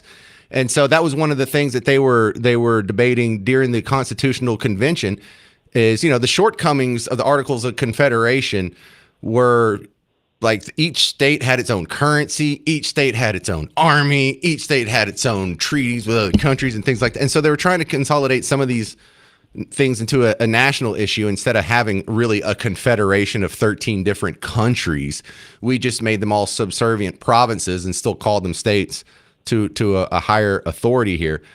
But it wasn't a cut and dry thing. I mean, and that was part of the reason for the Second Amendment. You don't need a standing army if everyone out there already has guns and is well versed in them and practices them on a regular basis. They don't need a whole lot of training. We just need to snap our fingers and get all the guys to come to the battlefield.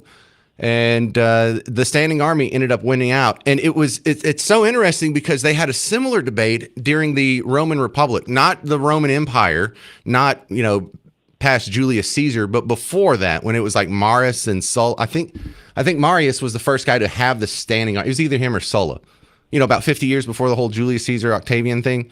They used to not have a standing army.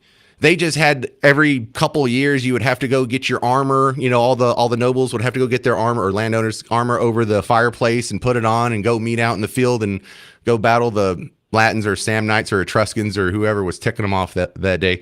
So we kind of followed the Roman model where we used to not have a standing army. Everyone was just sort of military minded, and you had your own weapons and you trained with them for yourself. And if we needed to get business to take care of, we would just call you up. You'd serve for a year or two and you'd go back to regular life. And they made that transition too. And now there's another transition that they've made that we haven't yet. And that's when your local population becomes so soft and effeminate and lazy that they don't fight in the armies anymore. So you just invite foreigners to fight in your army and promise them citizenship. So by the time the Roman Republic fell and turned into this whole mess, and the hundreds and 200s and whatnot, by the time Rome fell again in 400, most of the army was foreigners. Well, that's much more than what I'm familiar with. I was speaking to the founding fathers, but with regard to I can only go back to the founding fathers. That's what I'm familiar with, and I can only speak intelligently to that. And you're right. I absolutely agree with what you said. Everything else sounds like you regurgitated AI. But with regard to what is it called? The founding fathers. They also debated vigorously and ultimately decided to leave God and religion out of our country's constitution. Why don't you speak about that? Well, they made 4 references to God in the Declaration of Independence. The last line of the Declaration of Independence is actually a prayer. The founding fathers also put a Bible verse on the Liberty Bell, so they weren't completely divorcing God from the public sphere entirely. They just decided not to make it a theocracy or have an official state religion like most countries at the time were doing, like the Anglican Church or whatever. Why do you promote superseding that idea? I don't. Well, all right. Thanks, Ed in Mansfield.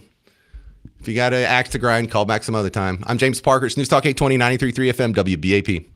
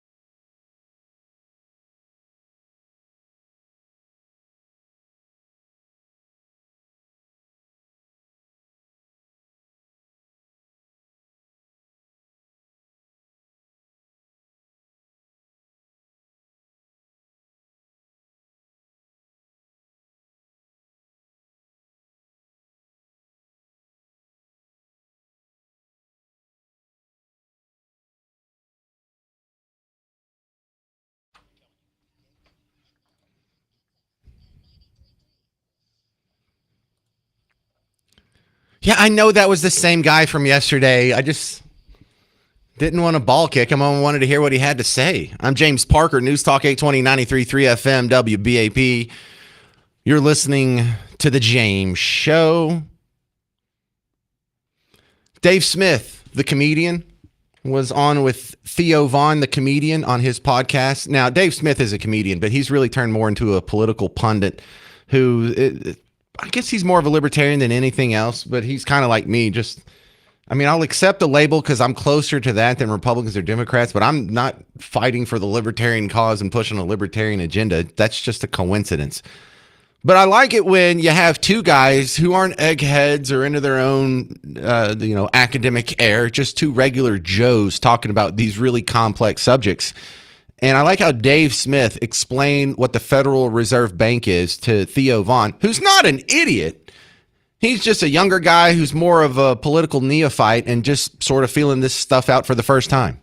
What about the Federal Reserve? What is it, and is it f***ing us? The Federal Reserve is the central bank. It's technically not even a part of the government. It's the worst of the government and the worst of not the government, right? So it was created by an act of Congress in 1913. Okay. It's the treasurer, the head of the Federal Reserve is appointed by the president. So it's, in that sense, very much a part of the government. Okay. However, it gets to maintain its status as a private independent company. They print the money and then lend it to us. So they charge us for using dollars.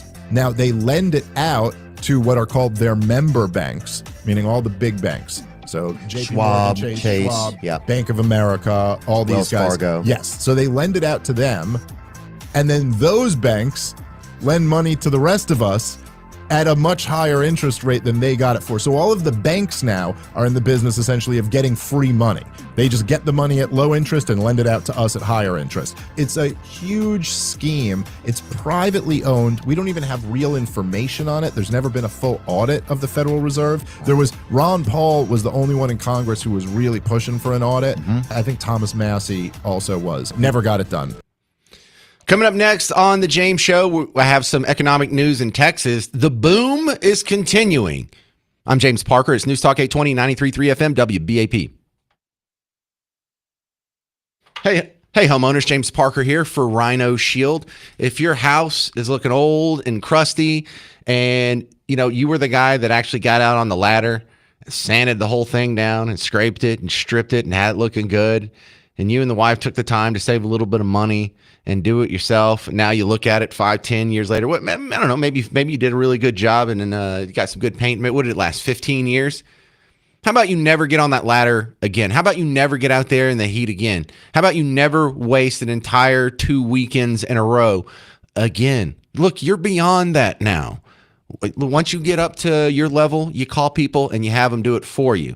And they don't use the same old obsolete technology called paint.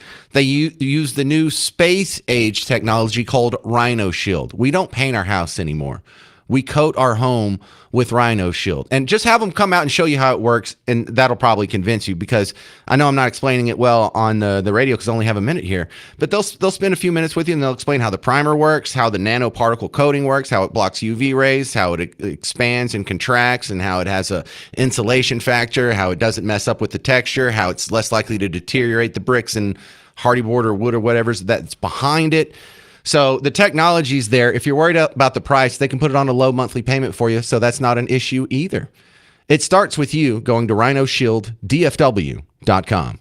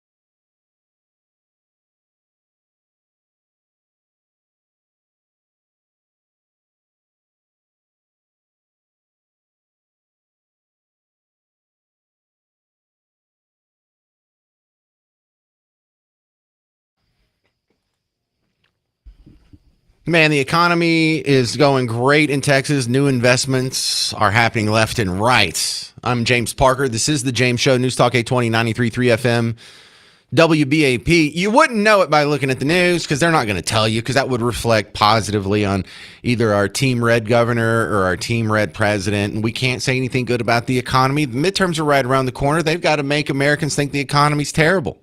They can't tell them that their stock market's at all-time highs, that their 401ks and IRAs are at record highs. They can't tell them that inflation just went down 0.4% over the last month. Now, it's still too high, and I would like to see that go a lot lower. But it's broader than that. Like, I just watched the preview for a new Tom Cruise movie called Digger. And you're not going to believe it. The protagonist is actually an anti-hero, and he's an evil white middle-aged, or actually senior citizen oil baron. So he's I'm trying to think. Can you think of one movie where an oil billionaire is a good guy? Why are they all bad guys? There's not one honest guy. We can't tell the story of one honest guy. You know, there was like, there will be blood. It's always something like that. There's not one guy, not just one good-hearted guy who does everything right and doesn't cut any corners and doesn't cheat and cares about the environment and children and cancer and global warming and whatnot. He just happens to be, they're all evil, every single one of them. Got it. It's so exhausting. Meanwhile, you look at these guys, and who's at the bottom of these companies? Like when you talk about an oil company, Landman is not quite a documentary, but parts of it are built on the reality that I think a lot of us are adjacent to.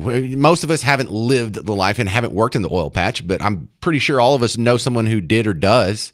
I have an old roommate who's been working in the oil patch for the last 20-something years.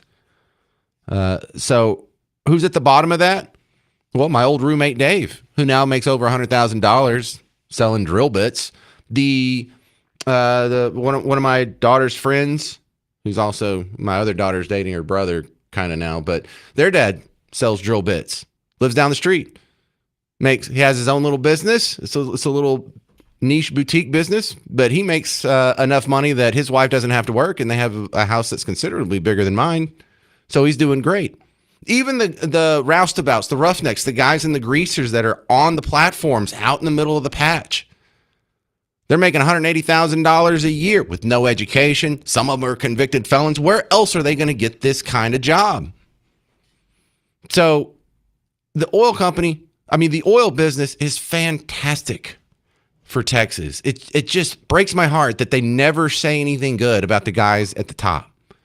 It's this whole anti-business, and of course, I don't know, maybe if they ever did have a good, could we get a good one if we'll make a deal. I'll get a black actor to play it, and then you can portray him as a good guy. Would that do it? Would that satiate your woke appetite? But I'm trying to get the founder, or one of the two founders of this other company, on. I reached out to them, haven't heard back. They sound pretty busy. This sounds so cool. They're called Terra Firma, and what it is a couple of big engineers from SpaceX, which they were working down here in Central Texas, right outside of Waco. They split off and took the knowledge they had of, everything they learned at SpaceX with the machinery and the robotics and the automation and the construction and whatnot.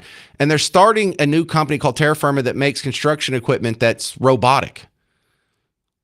So right now, if you wanted to go get a guy to start digging out a big hole so you could build a skyscraper, you could have some diggers come out there, and he could come out and do an 8-hour shift, or maybe if you wanted to run some overtime, you could put in 12 hours for you. But at night, everyone's going to have to pack up and go home, and we'll come back tomorrow and do this again. If you have robots, they can do it 24 hours a day, 7 days a week, weather permitting. They don't get sick. They don't take holidays. They don't sleep. They don't go to lunch. They don't even go to the porta potty. And so this could be just the next massive breakthrough, because if you have robots building your house is going to be a lot cheaper, a lot more reliable, less problems, and built in half the time. Probably less than half the time, because they can work around the clock. Anyway, I'm super excited about this. Show me other businesses you see doing cool stuff like this. I love talking about it on the show. We were able to build the Panama Canal in 10 years with steam shovels. We were able to build the Empire State Building in 13 months with slide rulers. Since 1960, construction is one of the only industries in America that has gotten less efficient every single year. What can we build when an operator can sit there conducting entire armies of robots to build what we want? This is the next step that unlocks a brighter future for humanity. I'm Noah Shockett. I'm the CEO of Terra Firma. My name is Noah McGinnis. I'm co-founder and CTO of Terra Firma. We're building all of the technology required to make an order of magnitude improvement in the cost, speed, and safety of constructing physical infrastructure. You look at any one of these vehicles and it has a set of actions it can perform. We map that capability to our retrofit kit. Anytime we need a new vehicle, we'll install all of our electronics on it, run a calibration sequence, and then it's pretty much ready to go. Our iteration time is probably among the fastest of almost any company you could go to work on. If you want to have the biggest impact that you can, you have to spend a long time climbing up a hill that other people are not willing to climb up. Why aren't we building mega projects like the Hoover Dam anymore? Why aren't we making mountains covered in solar farms and providing tons of renewable energy? We want to go to the moon and build bases there. We want to go to Mars and make mines and factories. We want to make giant orbital megastructures. The future of Terra Firma is inseparable from the future of humanity. Wherever humanity goes, wherever we grow, we're going to need more infrastructure. And I want to build a company that can provide that to humanity. I gotta tell you, that looks pretty cool. So notice they aren't trying to start this company in California. Why? Why here instead of California? Why here instead of New York? Why here instead of other states? There's 50 states. Why this one? Because we have a business-friendly climate. We have business-friendly regulations. We have a business-friendly tort system, tort reform, court cases, trial lawyers. We have a business-friendly tax system. We have no state income tax. Our property taxes, if they were even lower, my goodness, we couldn't stop the new investments from coming in. But it's the thing that you walk away from, that's an amazing company with an amazing story. Hollywood's constantly telling you about all these big businessmen are evil and cheating people, but why do they do such a terrible job telling those stories? Billy Bob Thornton did a recent interview where he just talks about the flat-out bias in Hollywood. But she said it was fascinating to me. And she goes, and you came out here from, what is it, Alabama or something like that? And I said, Arkansas. And she goes, Arkansas. And with a straight face said to me, what do you people do down there? I was like, wow. And I said, thinking she'd get the joke, I said, we mostly lay around on the porch with our hound dog and swat flies. She goes, oh, interesting. They really have no idea. 800-288-9227, 800-288-9227. Coming up next, the minimum wage for DoorDash failed in Seattle and New York City. We'll laugh at them next. I'm James Parker on News Talk 820, 93.3 FM WBAP.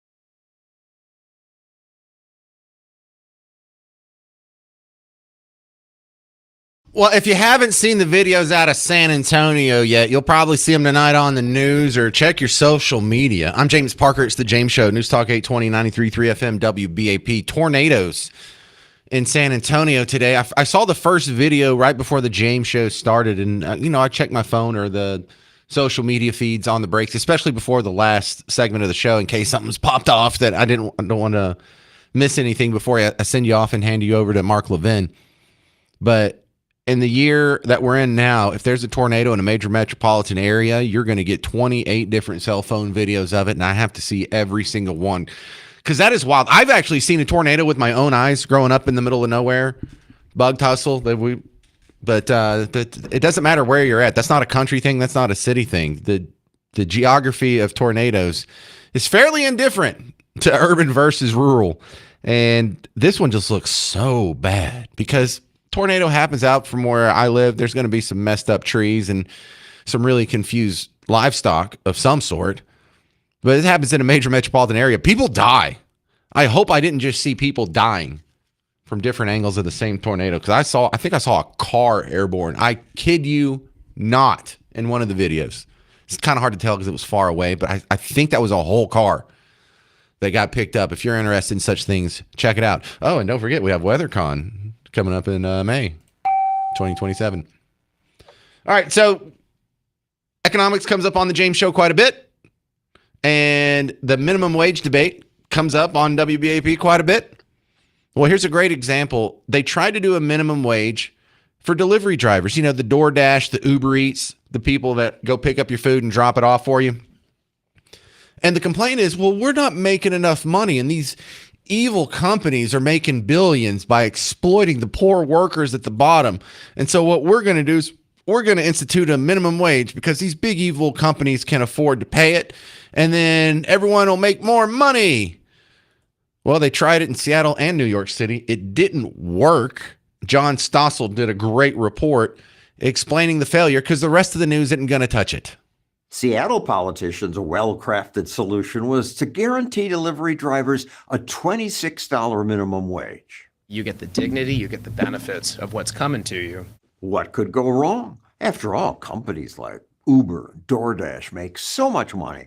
They can eat the cost without raising prices. Annual revenues of billions of dollars a year. So I wouldn't assume that prices are going to go up. But they did. Getting whipped with new charges on food delivery apps. Oops. It was 3 items of, Thai takeout food for $122. I just deleted the app. Obviously, when you're increasing cost to businesses, you're going to increase cost to customers. 2 years later, the data is in, and drivers did not benefit. Why? Supply and demand. To pay drivers more, apps raised prices, so customers order less. DoorDash says it got 1.7 million fewer orders. Businesses plummeted because of Seattle's new food delivery ordinance. That's what happens when politicians micromanage. Seattle's then city council president realized they'd made a mistake. I believe that we created a problem and it's our responsibility to fix it. Good. So they repealed their harmful law? No. She said, we just have to tinker with the numbers. If we had gotten the minimum pay standard right, we would not see the decline in the revenue. Give me a break. The conceit of politicians. The same thing happened in New York City. App-based food delivery workers are getting $19.56 an hour. But with the bump in pay came a reduction in tips. The decrease in tips and increased competition for jobs offset all of the gains, basically, from that imposed minimum wage. That upsets New York's new mayor. Make no mistake, we will have those workers' backs each and every time. Yeah, you just had them making less money. Great economic theories you got there, people. Great economic philosophies you're following. It works so good. All right, that's going to about do it for the James Show. Thank you very much for hanging out today. I want to remind you, if you need more James Show action in the meantime, the James Show podcast is floating out there wherever you're already listening to podcasts. And someone made fun of me for saying that. So why do you say that?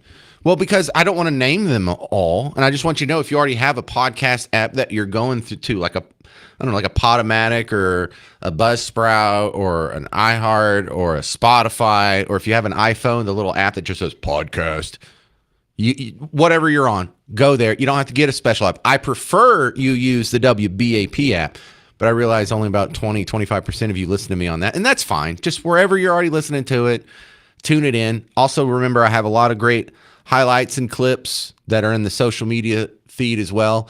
Plus, most of that's video, and you can judge me based on my appearance. This has been The James Show. Stick around. Mark Levin's next. I'm James Parker on News Talk 820 and 93.3 FM, WBAP.